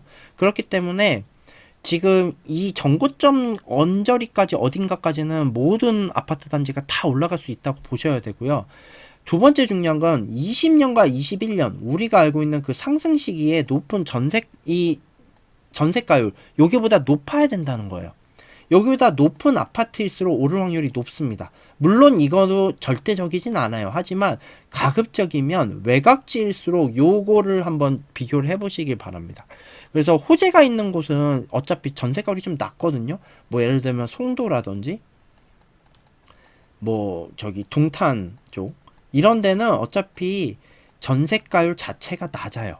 상대적으로 막 여기 40%대 막 이러거든요. 뭐 세종도 그렇고요. 이런 데는 전세가를 나와서 소액갭 투자는 적합하지 않아서 어차피 소액갭 투자는 안 하는 게 좋고요. 자, 중요한 것도 두 가지는 뭐냐면 힘의 원천은 어디죠 지금? 입주 물량이 없는 건 서울이에요. 어차피 서울은 새로 지을 땅이 없죠. 여긴 다 집을 재개발, 재건축으로만 지을 수 있고, 경기도는 뭐예요? 택지가 무지하게 나오죠. 그러니까 외곽으로 갈수록 가격이 당연히 덜 오를 수밖에 없는 게 택지가 많고 서울은 없기 때문에 입주 물량이 터지면 그 바깥쪽부터 터지고 거기부터 무너지는 거예요. 그러니까 힘의 원천은 서울이기 때문에 서울 인근을 일단 우선시하는 게 좋습니다. 서울과 접근이 좋은 지역 여기를 우선시해서 보고, 그래서 지하철 라인도 어때요? 2호선, 4호선, 7호선, 9호선, 신분당선, 여기 하나 더 하면 3호선 요 정도까지가 서울 접근성이 좋은 라인들인데, 중심지 접근성이 좋은 라인인데 이런 데 위주로 보셔야 된다는 거예요. 그리고 매물을 골라서 사려면 어떻게 돼요? 미리 가야 됩니다. 미리 가서 사셔야지 내가 골라서 여기저기 매물을 고르고 내고라면서 살 수 있기 때문에 저는 선진입을 하는 거를 추천을 드립니다. 그리고 선진입하는 방법은 제가 아까도 말씀드렸지만 상당히 쉽죠. 아까 그 사람들의 심리 1에서 5단계, 그리고 아까 말씀드린 그 빨간색 지역에서 그 검정색 지역까지 퍼질 때 요 단계 중에서 지금 어디까지 와 있나를 판단하시면 돼요. 그리고 서울 경기가 지금 결국 오르고 있지만 다음은 인천입니다. 인구 300만 도시 인천이 안 오를 리가 없습니다. 수도권에서. 특히 지하철 7호선 연결된 곳들 잘 보시면 좋겠고요. 인천공항선 빼먹었는데 여기 잘 보시면 좋겠어요. 여기가 가격 역시 많이 오를 확률이 높습니다. 그리고 수도권 외곽지 전세가율이 50% 근처나 50% 밑으로 떨어지기 시작했다. 그러면 이제부터는 고점이라고 보고 조금 하락에 대한 준비를 하셨으면 좋겠어요. 저는 이거를 인천에 있는 모 구축 아파트를 기준으로 보고 있는데 제가 그 아파트를 딱 말씀드리기가 그래서 그 아파트가 만약에 전세가율이 50% 밑으로 떨어지기 시작했다. 그러면은 저는 그 아파트를 기준으로 보고 이제 조금씩 부동산을 정리해 나가려고 하고 있습니다. 참고로 그 아파트는 인천시청역 근처에 있습니다. 이거 참고하시면 될 것 같고, 제가 여기도 썼지만 공급은 다시 많아집니다. 뭔 말이냐, 수도권 외곽지가 전세가율 50%까지 갔다는 거는 그만큼 가격이 올랐다는 거거든요. 그러면 다시 택지 지옥이 열리죠. 그러면서 마구마구 공급을 때려지기 시작합니다. 왜냐, 짓지 말라 그래도 건설사들이 그때 되면은 마구마구 지으려고 서로 싸우기 시작할 거예요. 그래서 그때부터는 입주 물량이 몰리기 시작합니다. 자, 제가 다음에 오를 지역 찾는 거 조금 더 구체적으로 한번 말씀을 드려볼게요. 자, 내가 어느 아파트를 사려고 하는데 그 아파트 단지가 가격이 안 오르고 있어요. 그러면 그리고 내가 매도를 하려고 하고 있어요. 근데 안 오르고 있으면 요 앞에 급지에서 움직이고 있는지를 판단을 하셔야 돼요. 예를 들어서 내가 별내 2차 아이파크를 가지고 있다. 그리고 이 아파트의 이제 시세를 보면 지금 7억대 여전히 머물러 있는데 과거 9억이 최고가였단 말이에요. 자, 최근에 거래가 돼도 여전히 아파트 시세가 못 움직이고 있죠. 그러면 이 아파트를 가진 사람 아마 매우 답답할 거예요. 와, 이 아파트 왜 이렇게 안 오를까? 반면에 이 아파트를 사려고 보는 사람은 이 아파트는 왜 안 오르지? 그냥 안 오를 아파트인가? 라는 생각을 할 거예요. 그러면 이 아파트의 앞에, 그리고 앞에 쪽을 한번 보자고요. 자, 다산 같은 경우는 다산 이편한 세상 자리가 최근에 조금 오르고 있는데 그 전에만 해도 이제 좀 미미했고요. 상승률이. 이제는 전고점을 향해 막 올라가고 있습니다. 그리고 그 앞에 있는 강동구 같은 경우 가면 여기 이제 급지가 당연히 한 2단계, 3단계 위인데 여기 같은 경우는 2008년식의 이제 아파트가 과거 전고점을 넘어서 이제 가격이 최근에 뭐 한 1년 동안 한 4억, 5억이 오르면서 시세가 오르고 있습니다. 자, 별내 2차 아파트가 오르려면 결국은 다산 신도시가 많이 올라야 돼요. 제가 볼 때. 그래서 지금 별내 2차 아이파크가 못 오르는 거 당연하고 여기가 오르면 이제 오를 거기 때문에 그 뒤를 준비하면 되겠죠. 그리고 제가 여기에 표는 넣지 않았지만 지금 현재 노원의 신축도 거의 오르지 않았습니다. 그렇기 때문에 노원 신축까지 오르는지를 확인하고 별내 2차 아이파크가 오를 순서를 이제 가늠을 하시면 될 것 같고요. 다음으로 보라고 조금 말씀드리고 싶은 건 20에서 30평대 전세가율이에요. 제가 아까 잠깐 말씀드렸지만 20년, 21년 우리가 과거에 있던 제일 큰 유동성장 그리고 제일 큰 상승장, 전국적인 상승장, 이 시기에 이뤘던 이 전세가율이랑 지금이랑 비교해서 상대적으로 너무 떨어져 있다면 이거는 나중에 가격이 조금 하락장이 오면은 떨어질 수 있는 가능성이 높고 일단 전세가 상승을 선반영했다고 보시면 돼요. 그 대표적인 예가 아까 보여드린 것처럼 마포, 영등포구 이런 한강 주변에 있는 아파트 단지들인데 마포구로 보면 21년 전세가율 전고점이 50% 정도였는데 이게 아파트 전체 아파트 평균이거든요. 한 지금은 39% 정도 되고 성동 역시 51%였는데 지금은 38% 정도 됩니다. 광진 역시 마찬가지고요. 강동구도 50인데 지금은 44%. 이게 보면 다 떨어진 율도 비슷해요. 비슷하죠. 그에 반면에 강북구 이런 데 보세요. 59%인데 지금 63%. 노원구 49%인데 54%. 어찌됐건 자 비슷하게 지금 조금 올라가고 있다는 거죠. 즉 지금은 이렇게 한강변 아파트 지금 사시면 뭐 당장 안 떨어지거나 하진 않아요. 뭐 오른다는 거는 분명한데 근데 이제 이 상승폭이 사실은 생각보다는 미미할 수 있다라는 거죠. 물론 아파트 종류에 따라 다를 수는 있습니다. 그리고 보유하는 기간에 따라서도 얘기가 달라질 수 있어요. 왜냐? 제가 블로그에서도 종종 쓰는데 장기적으로 매수를 하는 거는 그러니까 장기적으로 가져가는 거는 무조건 입지예요. 10년, 20년 동안 내가 이 아파트를 보유할 거다라고 하면 무조건 입지 좋은 걸 사는 게 제일 많이 가격이 오릅니다. 그건 확실한데 지금처럼 타이밍을 보는 거라면 저같이 타이밍 투자를 하고 흐름을 보면서 매수를 하시는 분이라면 이 전세가율 요거를 절대 무시하지 못한다는 거죠. 그래서 최고의 수익률을 차지할 수 있는 그런 아파트를 보라는 말씀을 드리는 겁니다. 자, 이제부터는 본격적으로 26년 부동산 시장을 한번 전망을 해볼게요. 제가 부동산 시장에 대해서 말씀을 드릴 게 한 6가지 포인트가 있다고 말씀드렸는데 그중 첫 번째 포인트가 뭐냐 하면 제가 지금까지 말씀드린 그대로 내용이에요. 수도권 키 맞추기는 이제부터 본격적으로 시작이 되고 있어요. 우리가 이제 규제를 맞은 지가 6개월밖에 안 됐거든요. 627 대책이 첫 대책이었고 실질적으로 그 대책부터 키 맞추기가 시작됐어요. 그래서 이제 막 이급진 성동 마포가 많이 올랐단 말이에요. 그러면 이제부터는 점점 더 밑으로 떨어질 겁니다. 이 흐름이. 그러면 흐름이 온 곳들은 어떻게 갈 거냐? 아까 말씀드린 요즘 트렌드인 한방 맞추기, 한 방에 오르기로 전고점까지 훅훅 회복을 해야 될 거예요. 그래서 이거를 아셨으면 좋겠고, 자, 제가 이게 지난 특강 때도 한번 보여드렸던 건데, 노원과 강남이 있어요. 그러면 여기가 2003년부터 25년까지 한번 시장 흐름을 한번 보여드릴게요. 자, 이 왼쪽이 매매 지수고요. 요 아래쪽이 바로 그 연도입니다. 2003년에서 2006년까지 이때까지 이 주황색인 강남이 훨씬 많이 올랐죠. 이번 시기에 어때요? 이번 시기에는 노원이 많이 올랐습니다. 2009년까지 2009년 전까지 그랬고요. 자, 3번 시기 2017에서 2019년 말까지 이 시기는 뭐 둘 다 오르긴 했지만 강남이 조금 더 많이 올랐어요. 그리고 4번 시기에는 강남보다는 노원이 더 많이 올랐습니다. 그리고 현재 시기에 해당하는 5번이에요. 강남이 많이 올랐죠.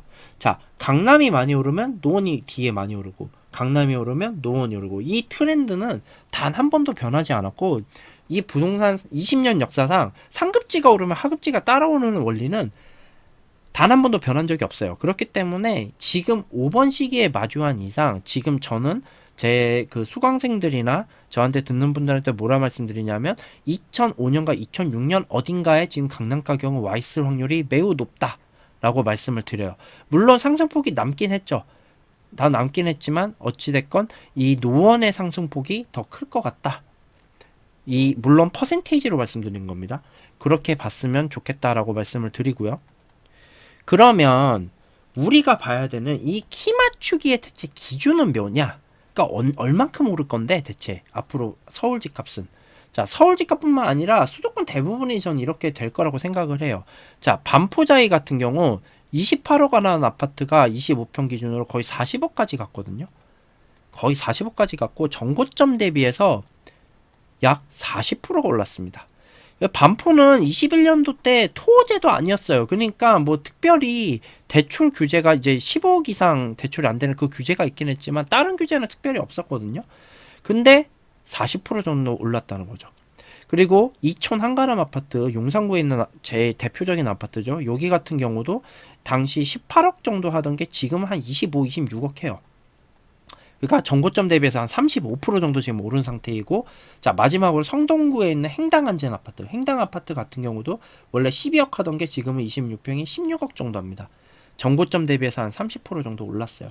자, 그러니까 뭐냐, 우리가 볼 수 있는 서울에서 상위권 하는 아파트가 대부분이 다 전고점 대비 30에서 40%까지 올랐다는 거죠. 그리고 요 성동과 이 용산 이런 데 바로 아래에 있는 서대문이나 동대문 이런 데들 있죠. 그런 데가 이제 전고점 대비해서 10% 정도 오르거나 왔다 갔다 하고 있어요. 즉 제가 보는 트렌드상 현재 보면 웬만한 수도권은 다 맞춰가면은 전고점 대비 적게는 20%, 많게는 40%까지는 맞출 거라는 겁니다. 이건 물론 규제 내용과 풍선 효과가 얼마나 가냐에 좀 달려있긴 해요. 하지만 앞으로 제가 생각할 때 어차피 보유세 강화도 나올 거고 하기 때문에 그렇게 되면 이 반포자의 이런 아파트들은 보유세의 영향을 조금 더 많이 받거든요. 그렇게 되면 조금 멈칫멈칫할 가능성이 높고 앞으로 저희가 알고 있는 좀 외곽 지역들 뭐 인천 이런 데도 포함해서요.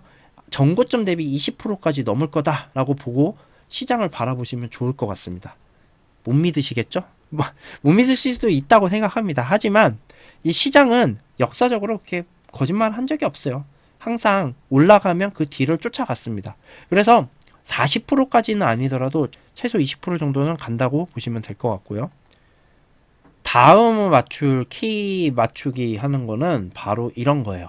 지금 기름 뉴타운 4단지 같은 경우 보면 지금 전고점 다 한 방에 또 도달했거든요. 이제 24평이 9억이 전고점이었는데 지금 9억 넘게 거래가 됐고요. 그리고 최근에 이제 보면 전세가율도 이제 얼추 맞춰가고 있어요. 이전 고점으로. 딱 보면 이제 전세가율이 딱 예전만큼 왔구나라는 걸 알 수 있는데, 이 상황에서 조금 위쪽을 쳐다보면 두산 트레지움이라는 아파트가 있는데, 위브 트레지움 같은 경우는 미아 쪽에 있거든요. 근데 이 아파트 같은 경우는 과거 고점이 10억이었는데 33평이 여전히 8억대 거래가 되고 있고, 지금 이제 전세가는 물론 이제 올라가고 한 요 정도 되거든요, 지금. 그러면 얼추 이제 전고점에 맞아가고 있어요. 근데 아직 시세는 못 오르고 있다. 이게 무슨 말이죠? 앞으로 가격이 오를 가능성이 아주 높습니다. 그러면 이런 데는 조금 시간 지나면 키 맞추기를 들어가면 시세는 결국 비슷하게 갈 확률이 높아요. 이번에만 뭐 여기가 더 시세가 더 오를 거다 이렇게 하기에는 특별히 호재도 없거든요. 그래서 이런 거를 고려를 하시면서 지금 부동산 시장을 바라보시면 좋을 것 같습니다. 그리고 다음 내용인데요. 다음 내용은 10억, 15억 이하로 줄서기가 다시 시작될 거라는 거예요. 제가 20년, 21년 때 15억 이상은 아예 대출이 빵 나오는 그런, 그러니까 LTV 0%가 나오던 시기가 있었거든요. 뭐 그 정도까지는 아니지만 어찌됐건 지금도 15억이 넘으면 대출이 4억으로 줄고 25억이 넘으면 2억으로 줄고, 이거는 분명히 상급지의 상승을 늦추는 그 시작 포인트가 될 거예요. 그리고 이 15억 이하로 줄서기가 다시 시작될 건데, 15억까지는 신나게 오르다가 15억에서는 조금 잠깐 멈칫하는 구간이 생길 거예요. 그리고 여기서 또 중요한 거 뭐냐면, 현재 트렌드를 보면 상급지 구축, 특히 이게 업무직으로 가까이 가는 상급지 구축일수록 아래 끝이 신축보다 전고점이 똑같거나 아니면 전에 시세 흐름이 비슷했던 곳이라고 하면 일단은 지금은 상급지 구축에 우선순위를 두시는 게 좋습니다. 그러니까 예를 들면은 여기 아파트 가재울 뉴타운 맨 안쪽에 있는 2018년에 준공된 아이파크 아파트가 있고요. 여기 독립문 극동 아파트, 서대문구 현저동에 있는 독립문 바로 앞에 있는 아파트 있어요. 구축 아파트, 98년 아파트가 있는데 입지가 당연히 여기가 훨씬 좋죠. 시내 쪽 바로 광화문 쪽 옆에 있고. 그러니까 자, 이 아파트를 보면 지금은 시세가 10월달 요럴 때 시세 보면 차이가 지금 크지 않거든요. 지금 아이파크가 지금 거래되는 건 13억 정도의 거래가 되고 있고, 이 독립문 극동도 13억 정도 이제 거래가 되고 있는데, 앞으로 시세를 보면 아마 독립문 극동이 조금 더 빠르게 오를 확률이 전 높다고 봐요. 그래서 현재 트렌드를 보면 상급지 구축이 아래급지 신축보다 조금 더 빠르게 움직인다. 그 이유는 뭐다? 맞벌이 부부가 많아지고 그거에 따라서 입지를 우선적으로 따지는 사람들이 많아졌다. 이걸로 보시면 될 것 같아요. 그리고 제가 안 오른 것 중에 주목하는 거 이제부터 좀 몇 개를 말씀을 더 드리면, 제가 첫 번째로 보는 거는 아까 잠깐 말씀드렸던 장위 뉴타운 쪽이에요. 자, 장위 뉴타운 쪽인데 여기를 왜 주목하냐면, 아시겠지만 여기 일단 위쪽으로는 동북선이 생길 거예요. 여기 동북선 라인이 있는데 여기가 일단 다 지나가면 이 왕십리역까지 도착을 하거든요. 그리고 요 주요 역들을 많이 지나가게 될 거고, 요게 지금 터지는 호재가 있고, 두 번째 호재는 이 GTX-C 이 광운대역, 여기가 별로 멀지가 않아요. 그리고 여기에서 지금 역시 지금 역세권 개발 사업을 하거든요. 그러면 여기 역시 지금 앞으로 호재가 터질 곳인데, 그에 반면에 이 왼쪽에 있는 이 장위 뉴타운 같은 경우에 굉장히 시세 흐름이 여전히 더딥니다. 서울에 지금 웬만한 데 다 오른 것 치고는, 지금 예를 들면 20년식인 미안 장위 포레 카운티 같은 경우 지금 보면 34평이 여전히 가격이 12억에 지금 도달을 못하고 있고요. 지금 대명 루첸 같은 경우 33평이 지금 준신축인 대명 루첸은 지금 한 9억 정도 시세. 9억대 시세를 보여주고 있어요. 그 전고점에도 도달 못했고 최근 뭐 한 1, 2년을 보더라도 지금 딴 데 대비해서 많이 못 올랐기 때문에 여기가 바로 그 다음 타자로 다음번 상승기가 오고 다음번 거래량이 터지는 시기가 오면 가격이 오를 확률이 높다라고 말씀을 드릴 수 있어요. 그리고 안 오른 것 중에 주목하는 거는 제가 또 구로 쪽 이쪽을 많이 말씀드리는데, 자 여긴 뭐가 있냐면 이 용적률 확대를 해주는 이 중공업 지역이에요. 중공업 지역 최근에 용적률 400%로 상향해준다는 발표를 했었거든요. 그리고 여기에 따라서 기존의 250에서 400%까지 아파트를 올릴 수 있게 해주겠다라고 얘기를 했어요. 그러면 여기서 아파트들 보면 여기는 여기 요 지역이 이제 이 보라색이 중공업 지역인데 요 지역이 중공업 지역이거든요. 이 구로역 사이에 보면 아파트들이 막 있어요. 그리고 어떤 아파트, 뭐 구로조공 같은 경우는 용적률이 150에서 160 사이이고, 요런 데는 이제 210%대고, 현대 연예인 아파트 230%대고, 여기는 뭐 한 350% 이럴 거예요. 그러니까 이 같은 구역 내에서도 용적률이 낮은 곳이 있고 높은 곳이 있는데, 아무래도 낮은 곳일수록 오를 가능성이 높다는 거죠. 그러면 구로주공 2단 2차라든지 중앙구로 하이츠 이런 데는 재건축 가능성이 있는데 아직 시세 회복을 많이 못했죠. 참고로 구로주공 같은 경우는 평수가 넓은, 즉 당장 실거주자들이 신혼부부가 실거주할 수 있는 그런 20평대 아파트 이런 거는 가격이 많이 회복을 했어요. 근데 18평은 아직 회복이 조금 더딘 편이거든요. 그래서 이런 데들은 여전히 기회가 있다라고 말씀을 드릴 수 있고, 이게 제가 말씀드릴 수 있는 서울에 있는 곳들 중에서는 장위뉴타운 그리고 구로 이쪽이 제가 생각할 때는 시세가 지금 많이 안 오른 곳 중 하나라고 할 수 있어요. 물론 여기 말고도 딴 곳도 많이 있습니다.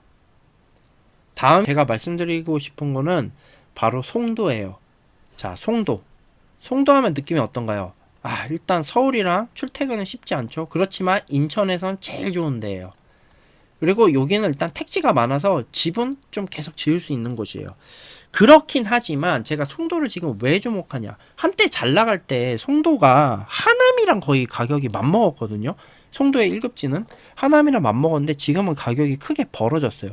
그리고 제일 중요한 건 뭐냐면 송도가 일단 이 주요 아파트 단지들이 가격이 다 안 올랐는데 지금 다 안 올랐어요. 뭐 한 15억 하던 아파트 여전히 11억 하고 막 이러거든요. 근데 안 올랐는데 중요한 건 뭐냐 하면 앞으로 입주 물량이 없다는 거예요. 언제? 26년 그리고 27년 6월이나 돼서야 첫 입주 물량이 나오기 시작합니다. 그리고 12월까지 입주 물량이 있긴 하지만 사실 과거에 비교해서는 크지 않다는 거예요. 송도에 역사상 없던 일입니다. 한 번도 없던 일이고 1년 6개월 동안 이 송도에 입주 물량이 없을 때 어떤 일이 발생할지는 사실 감도 안 와요. 전세가 굉장히 급등할 것 같고 이 기간 동안 매매가가 얼마나 오를까, 송도의 과거 폭발력을 생각을 해보면 아마 상당히 상승을 하지 않을까라고 예상을 합니다. 그래서 송도에 내 집 마련하고 싶으신 분은 지금 매수하실 타이밍이고, 여기 꼭 GTX-B 호재도 있잖아요. 이 호재를 지금은 얘기를 아무도 안 하지만 분명히 또 뜰 때가 있을 거예요. 그래서 그 시기를 보고 매수를 하셨다가 송도는 분명히 추가 차익이 납니다. 딴 데 대비해서 항상 더 오르기 때문에. 그러면 그때 매도를 하고 다시 한번 상급지 노려보는 거, 이런 것도 좋은 전략이 될 것 같습니다.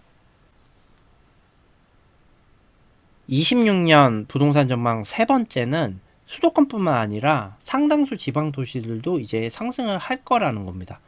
제가 23년에서 24년 넘어갈 때 전주를 찍었었고요. 24년에서 25년 넘어갈 때 이제 울산, 전주 다시 한번 언급을 드렸었고, 그리고 올해 이제 넘어가면서 제가 부산을 언급을 드리고 있는데요. 저는 26년이 되면 경상도의 상당수 지역에서 상승이 나올 거라고 예상을 하고 있어요. 그 중에 지금 이미 그런 현상이 나타나는 곳도 있고 아닌 곳도 있는데, 제가 예를 들어서 25년이 오기 전에 찍었던 울산 같은 곳을 보면요, 이미 가격이 신정동 같은 경우 보면 신정현대 홈타운 아파트 시세를 보시면 알겠지만 올해 들어서 이전 가격 대비해서 약 한 20에서 30% 정도 가격이 한 20% 정도 가격이 올랐습니다. 예, 작년 말 대비해서요. 그러니까 울산이 왜 가격이 오르냐? 울산이 뭐 현대차 때문에? 뭐 고용의 문제도 있긴 하지만 여기는 확실한 건 지금 인구는 줄고 있거든요. 인구는 감소하고 있어요. 근데 지금 울산은 전반적으로 입주 물량이 아주 둔화된 상태예요. 특히 20년, 21년, 22년 이때 입주 물량이 없었기 때문에 이 누적 효과가 있어서 현재 입주 물량이 어정쩡하게 나오는 상황에서도 이렇게 시세가 잘 오르고 있는 겁니다. 그리고 이전 시장에서도 20년, 21년 때도 상대적으로 덜 올랐어요. 그러니까 울산은 제가 이런 거 저런 걸 봤었을 때 전세가율도 높고 입주 물량도 없고 가격이 오를 거라고 쉽게 예측을 할 수 있었던 겁니다. 그러면 내년은 어떻게 될 거냐? 자, 내년을 볼 때 제가 볼 때는 1순위는 부산, 경남, 대구 쪽이에요. 그래서 부산 같은 경우도 지금 보시면 알겠지만 입주 물량이 일단 상당히 줄어들고 있고 대구도 마찬가지고요.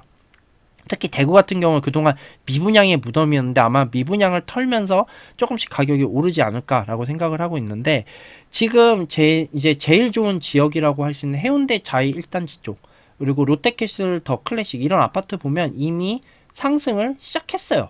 그러니까 1급지 우리가 흔히 말하는 2급지 이런 데는 부산도 이미 슬슬 움직이기 시작했고요.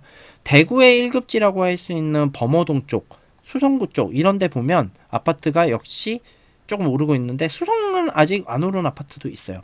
그래서 지방을 볼 때 지금 어떻게 보시면 좋겠냐면 2023년 초에 내가 서울을 투자를 했다면 어디를 했을까 한번 생각을 해보세요. 그러면 쉽게 답이 나와요. 자, 2023년 초에 지금 돈 싸매고 서울로 돌아가요. 그러면은 어디를 샀을 것 같아요?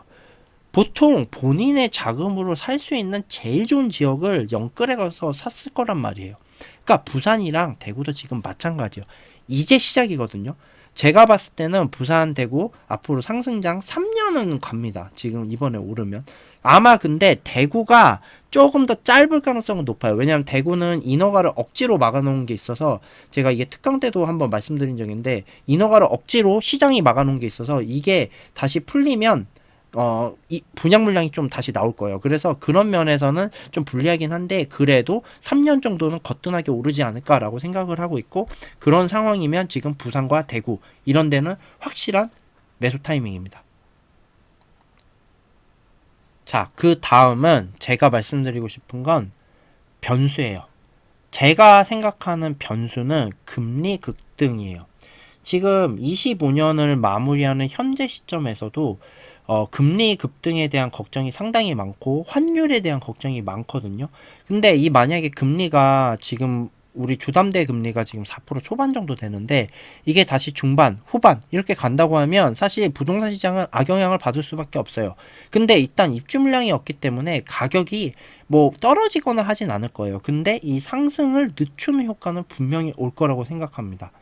그리고 이게 뭐에 영향을 미치냐 하면 전세 가격과 영향이 있어요. 그 부분을 조금 말씀을 드리고 싶은데 자, 제가 여기도 썼지만 결국은 수도권은 인천 구도심, 경기 외곽까지 모두 키 맞추기를 할 거예요. 아까 말씀드린 것처럼 정고점 뭐 짧게는 10에서 20% 정도까지 오를 거라고 생각을 하는데 여기에서 이 키 맞추는데 오는 변수는 금리예요. 자, 송도 풍림아이온 2단지.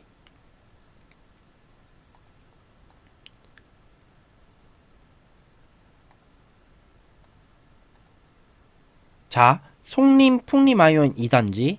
그리고 불당 아이파크 천안에 있는 아파트죠. 그리고 영조 아름다운 나라 이건 청주에 있는 아파트인데 자, 여기 가격이 움직이는 거 한번 보세요. 이 전세 가격이 움직이면 매매 가격이 같이 움직여요, 보통. 매매랑 정세가 거의 동조화돼서 간다는 거죠. 즉 정세가 움직여야 매매가 움직이고요. 전세가율이 특별히 이상이 있지 않는 이상은 이 흐름으로 보통 갑니다. 그렇기 때문에 전세가가 올라야 매매가 오를 수 있어요. 그래서 이 전세가 올라줘야 되는데 전세가 오르려면 금리가 중요하다는 거죠. 왜냐? 자, 본인이 전세를 구하는 입장이라 생각해 보세요. 어떤 아파트를 보는데 전세가 4억이고 월세가 5천에 140만 원이에요. 자, 전세랑 월세를 전월세 전환율을 이렇게 적용을 하면 4.8% 정도 돼요. 즉, 전세 대비 월세는 4.8%다 라고 알면 돼요. 즉, 내가 만약에 시중에서 전세 대출을 4.8% 넘어가는 걸 받으면 월세보다 비싸게 거주를 하게 된다는 거예요. 이자를 주면서. 근데 보통 사람들은 한 0.5% 정도 차이는 웬만하면 월세를 택해요. 왜냐? 전세 대출을 받는다는 건 기본적으로 신경도 많이 써야 되고 막 은행도 왔다 갔다 해야 되고 뭐 기타적 비용도 발생하고 이러기 때문에 리스크도 있고요. 한 번에 돈을 받아야 된다는. 그래서 전세 대출은 한 시중금리보다 한 0.5%? 그러니까 한 요 가격의 10% 정도는 낮아야지 보통 전세 대출을 받아요.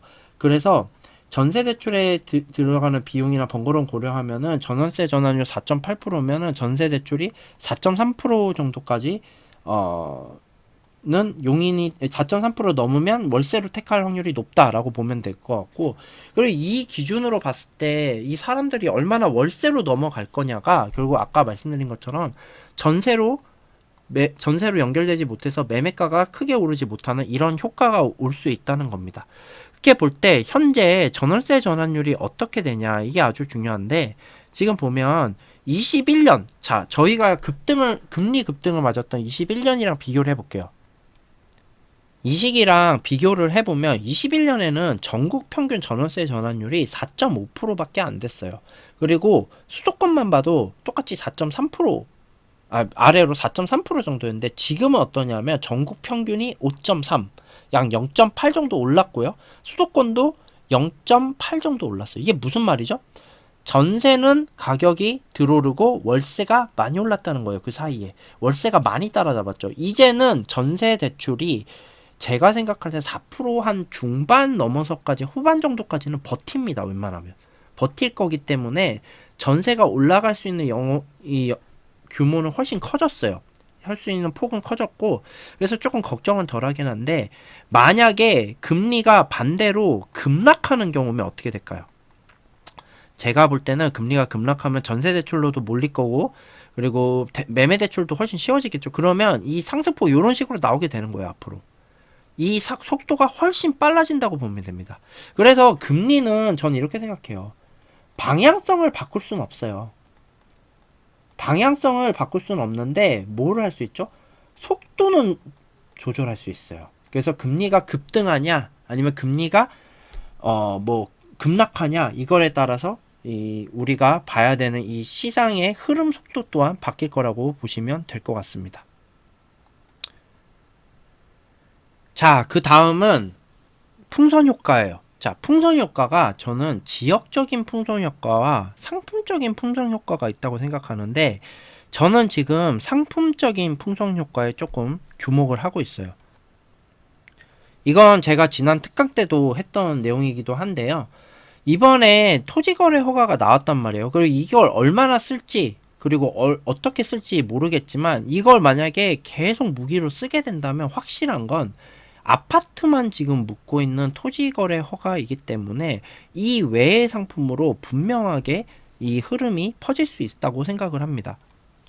그래서 이번에 토지거래 허가 추가가 나올 때 보시면 허가구역 소재 아파트 대상이라고 명확하게 박혀있죠. 그리고 요 Q&A에서도 오피스텔 상가 비주택을 매입하는 경우에도 적용되느냐 라고 물었을 때 업무시설이나 오피스텔, 상가, 비주택은 적용 대상에 포함되지 않는다. 무슨 말이죠? 갭 투자 가능하다. 이런 말이에요. 그리고 대출도 받지 않는다라고 이 뒤에 나옵니다. 대출도 축소되지 않는다. 즉 무슨 말이죠? 대놓고 정부에서 오피스텔 많이 사세요라고 찍어주고 있는 거예요. 그래서 저는 오피스텔, 그 중에서도 아파텔을 많이 주목을 하고 있는데요. 자, 아파텔은 지금 어떤 형식이죠? 자, 아파텔 가보신 적 있으신지 모르겠는데 아파텔이 이게 지금 위레지웰 프루지오예요. 이 아파트가 위레지웰 프루지오라는 아파텔 단지인데 사실 단지형으로 돼 있어요. 요즘 이런 아파텔이 되게 많아요. 특히 이게 이기 신도시에 많은데 왜죠? 예전엔 상가들이 잘 됐잖아요. 그래서 업무지구나 상가들이 잘 되니까 용도를 이제 건설사들이 살 때 이거를 상가를 지으려고 샀는데 오피스나 상가를 지으려고 보니까 지금 경기가 안 좋고 생각보다 예전보다 잘 팔리지가 않는 거죠. 그래서 그 땅에다가 최근에 트렌드가 오피스텔을 짓는 거예요. 그리고 오피스텔도 원룸이 아니라 아싸리 3룸을 지어서 아파트 형식으로 만들어 버리는 거죠. 그래서 이런 데들이 최근에 많아졌는데 이런 데들 거의 다 지금 최근에 2015년 이후에 나온 데들이 많고, 이런 아파트처럼 단지형이나 주상복합형으로 생긴 데는 분명히 아파트를 대체할 수가 있습니다. 그리고 브랜드가 상당히 중요하고요. 그리고 지금 중요한 게 뭐냐면 이 힐스테이트 미사역이나 광교 아이파크 이거 둘 다 아파텔인데 여기를 보면 오피스텔이 전고점 막 9억하고 여기는 13억까지 갔는데 지금 가격이 떨어진 거 보면 훅훅 떨어진 걸 볼 수 있죠. 하락률이 상당히 큽니다. 그래서 하락률이 전고점 대비해서 3, 40%까지 떨어진 곳이 대부분이고, 근데 여기 중요한 거 뭐냐면 전세는 또 많이 회복을 하면서 전세가율은 굉장히 높아요. 한 70% 가까이 나온 것들이 많아요. 게다가 월세율도 높습니다.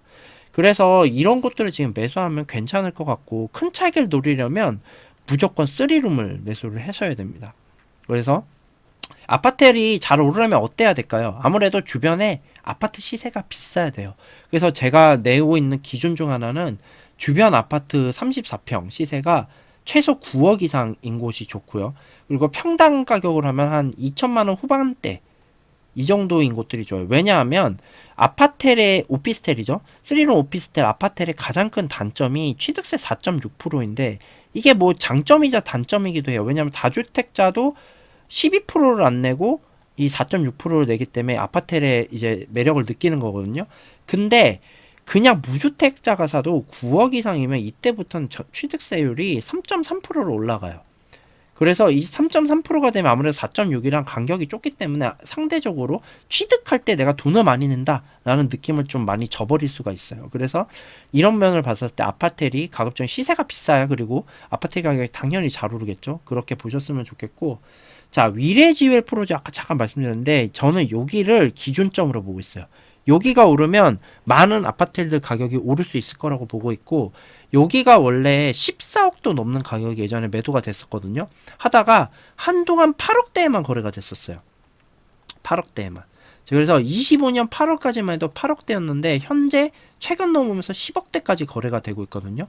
이제 한 단계 조금씩 올라가고 있는 느낌입니다. 그래서 이런 데들이 아까도 말씀드렸지만 상승폭 맞추면 또 금방 맞춰요. 그래서 여기가 올라가면 지금 이런 데들 아파트들 올라가는 건 제가 생각할 때 시간 문제라고 생각합니다. 상승장 길이가 최소 앞으로 2년, 3년은 남았기 때문에 이 아파트들한테 기회는 충분히 올 거라고 생각하고 있고, 갭 투자를 하시려는 분들이라면 한번 아파트를 적극적으로 고려를 해보시는 걸 추천을 드립니다. 26년에 대한 전망하면서 마지막 매수 포인트인데요. 저 만약에 추가 차익을 원한다면 지금 아무도 보고 있지 않은 호재를 보세요. 제가 블로그 쓸 때도 많이 말씀드리는데 호재는 닌자예요. 닌자. 숨어 있다가 이게 갑자기 훅 하고 나타나요. 그러면서 이게 효과가 확 발휘가 되거든요. 이거를 노리려면 아무도 얘기하고 있지 않을 때 들어가야 됩니다. 최근의 부동산 시장 트렌드는 확실히 서울이에요.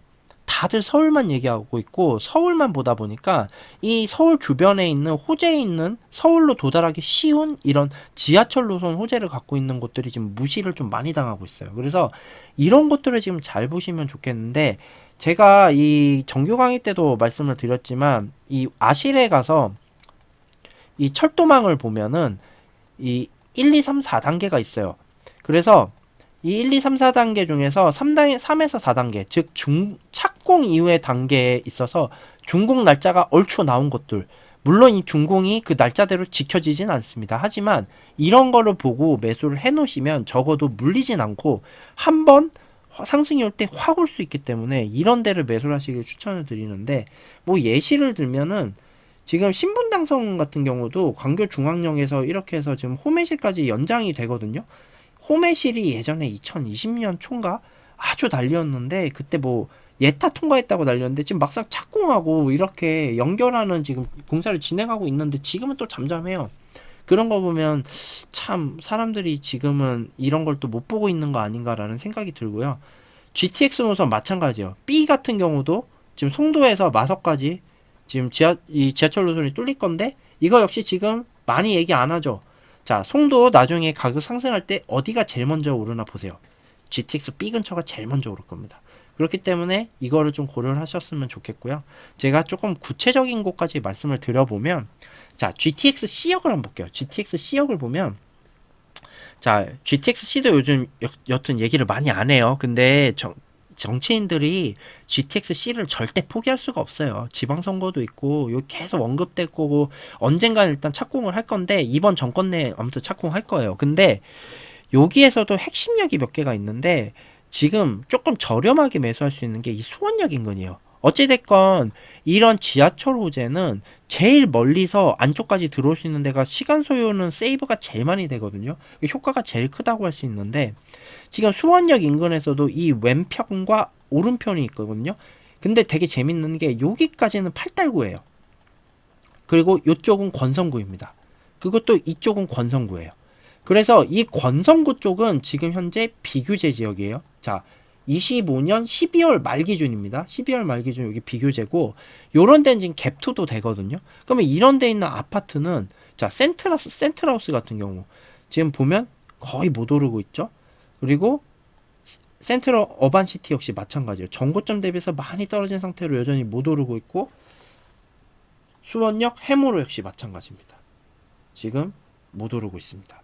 이런 데들 나중에 제가 말씀드렸지만 만약에 수원역이 다시 한번 착공하네 뭐 GTX-C가 뜨네 만에 뭐 또 역세권은 개발하네 만에 뭐 이런 게 막 이것저것 돌기 시작하면 요 키 맞추는 거는 제가 볼 때는 어렵지 않다고 생각합니다. 이런 것들은 워낙 가깝잖아요 수원역이랑. 그래서 수원이 흐름이 오기도 할 거고 그리고 이런 데는 또 GTX역 근처이기도 하고 예.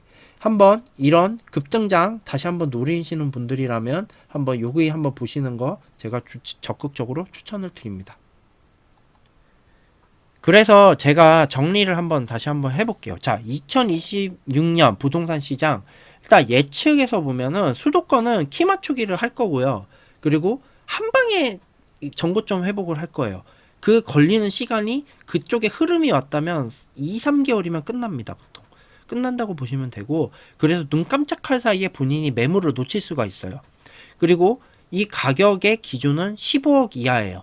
물론 15억 이하에서 이제 가격이 맞춰지면은 뭐 15억 넘으면 안 오르냐? 그건 아니에요. 근데 그 흐름 스피드가 조금 느려질 거고 그리고 지금 최상급지에 해당하는 25억 이상은 분명히 조금 더 올라가는 속도가 늦어질 걸로 보입니다. 안 오른다는 건 아닙니다. 다시 한번 말씀드리지만 오른 속도가 굉장히 느릴 거라는 거고 상승폭도 예전만큼 높지 않을 거라는 거예요.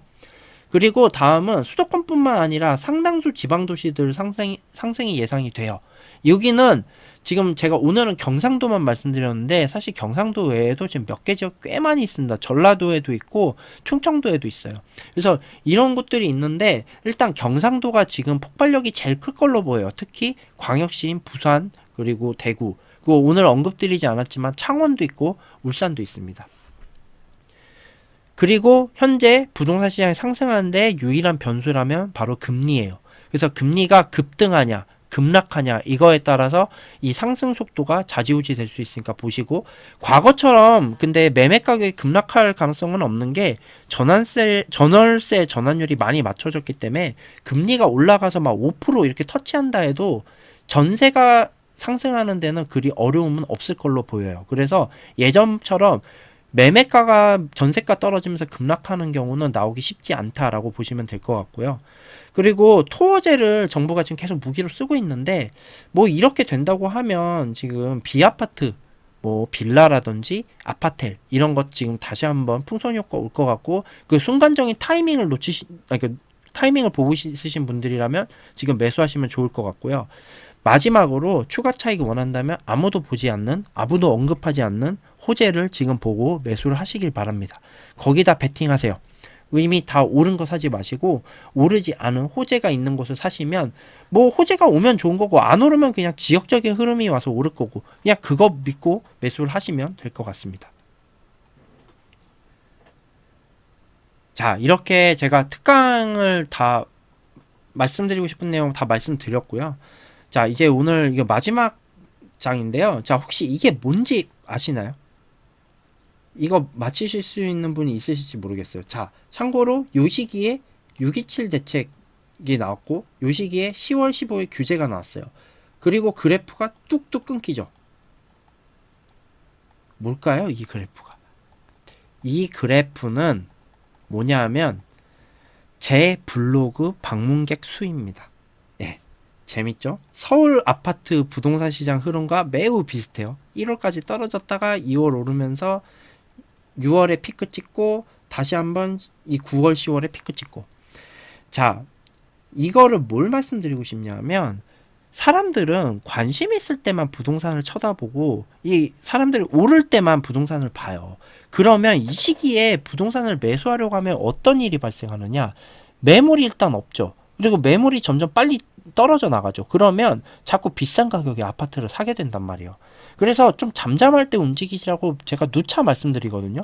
제가 그래서 항상 예상글을, 그러니까 내년 부동산 시장 예상글을 쓰는 거고, 항상 미리 움직이시라고 말씀을 드리는데, 자, 올해도 마찬가지예요. 26년 같은 경우에도 1월이 제가 볼 때는 마지막 기회고 2월, 3월 지날수록 가격이 오를 확률은 아주 높아집니다. 그리고 상반기 내로 거래량이 7, 8천 터지는 아주 큰 그 거래 규모로 오는 상승장은 한번 무조건 올 거라고 생각을 하고 있고, 그때쯤 되면 아마 지금까지 오르지 못했던 뭐 3급지의 이제 구축, 4급지의 신축 이런 데들도 오르기 시작할 거예요. 그래서 지금 매수를 고민하시는 분들이라면 최대한 빨리 움직이셔서 부동산을 매수를 하셨으면 좋겠습니다.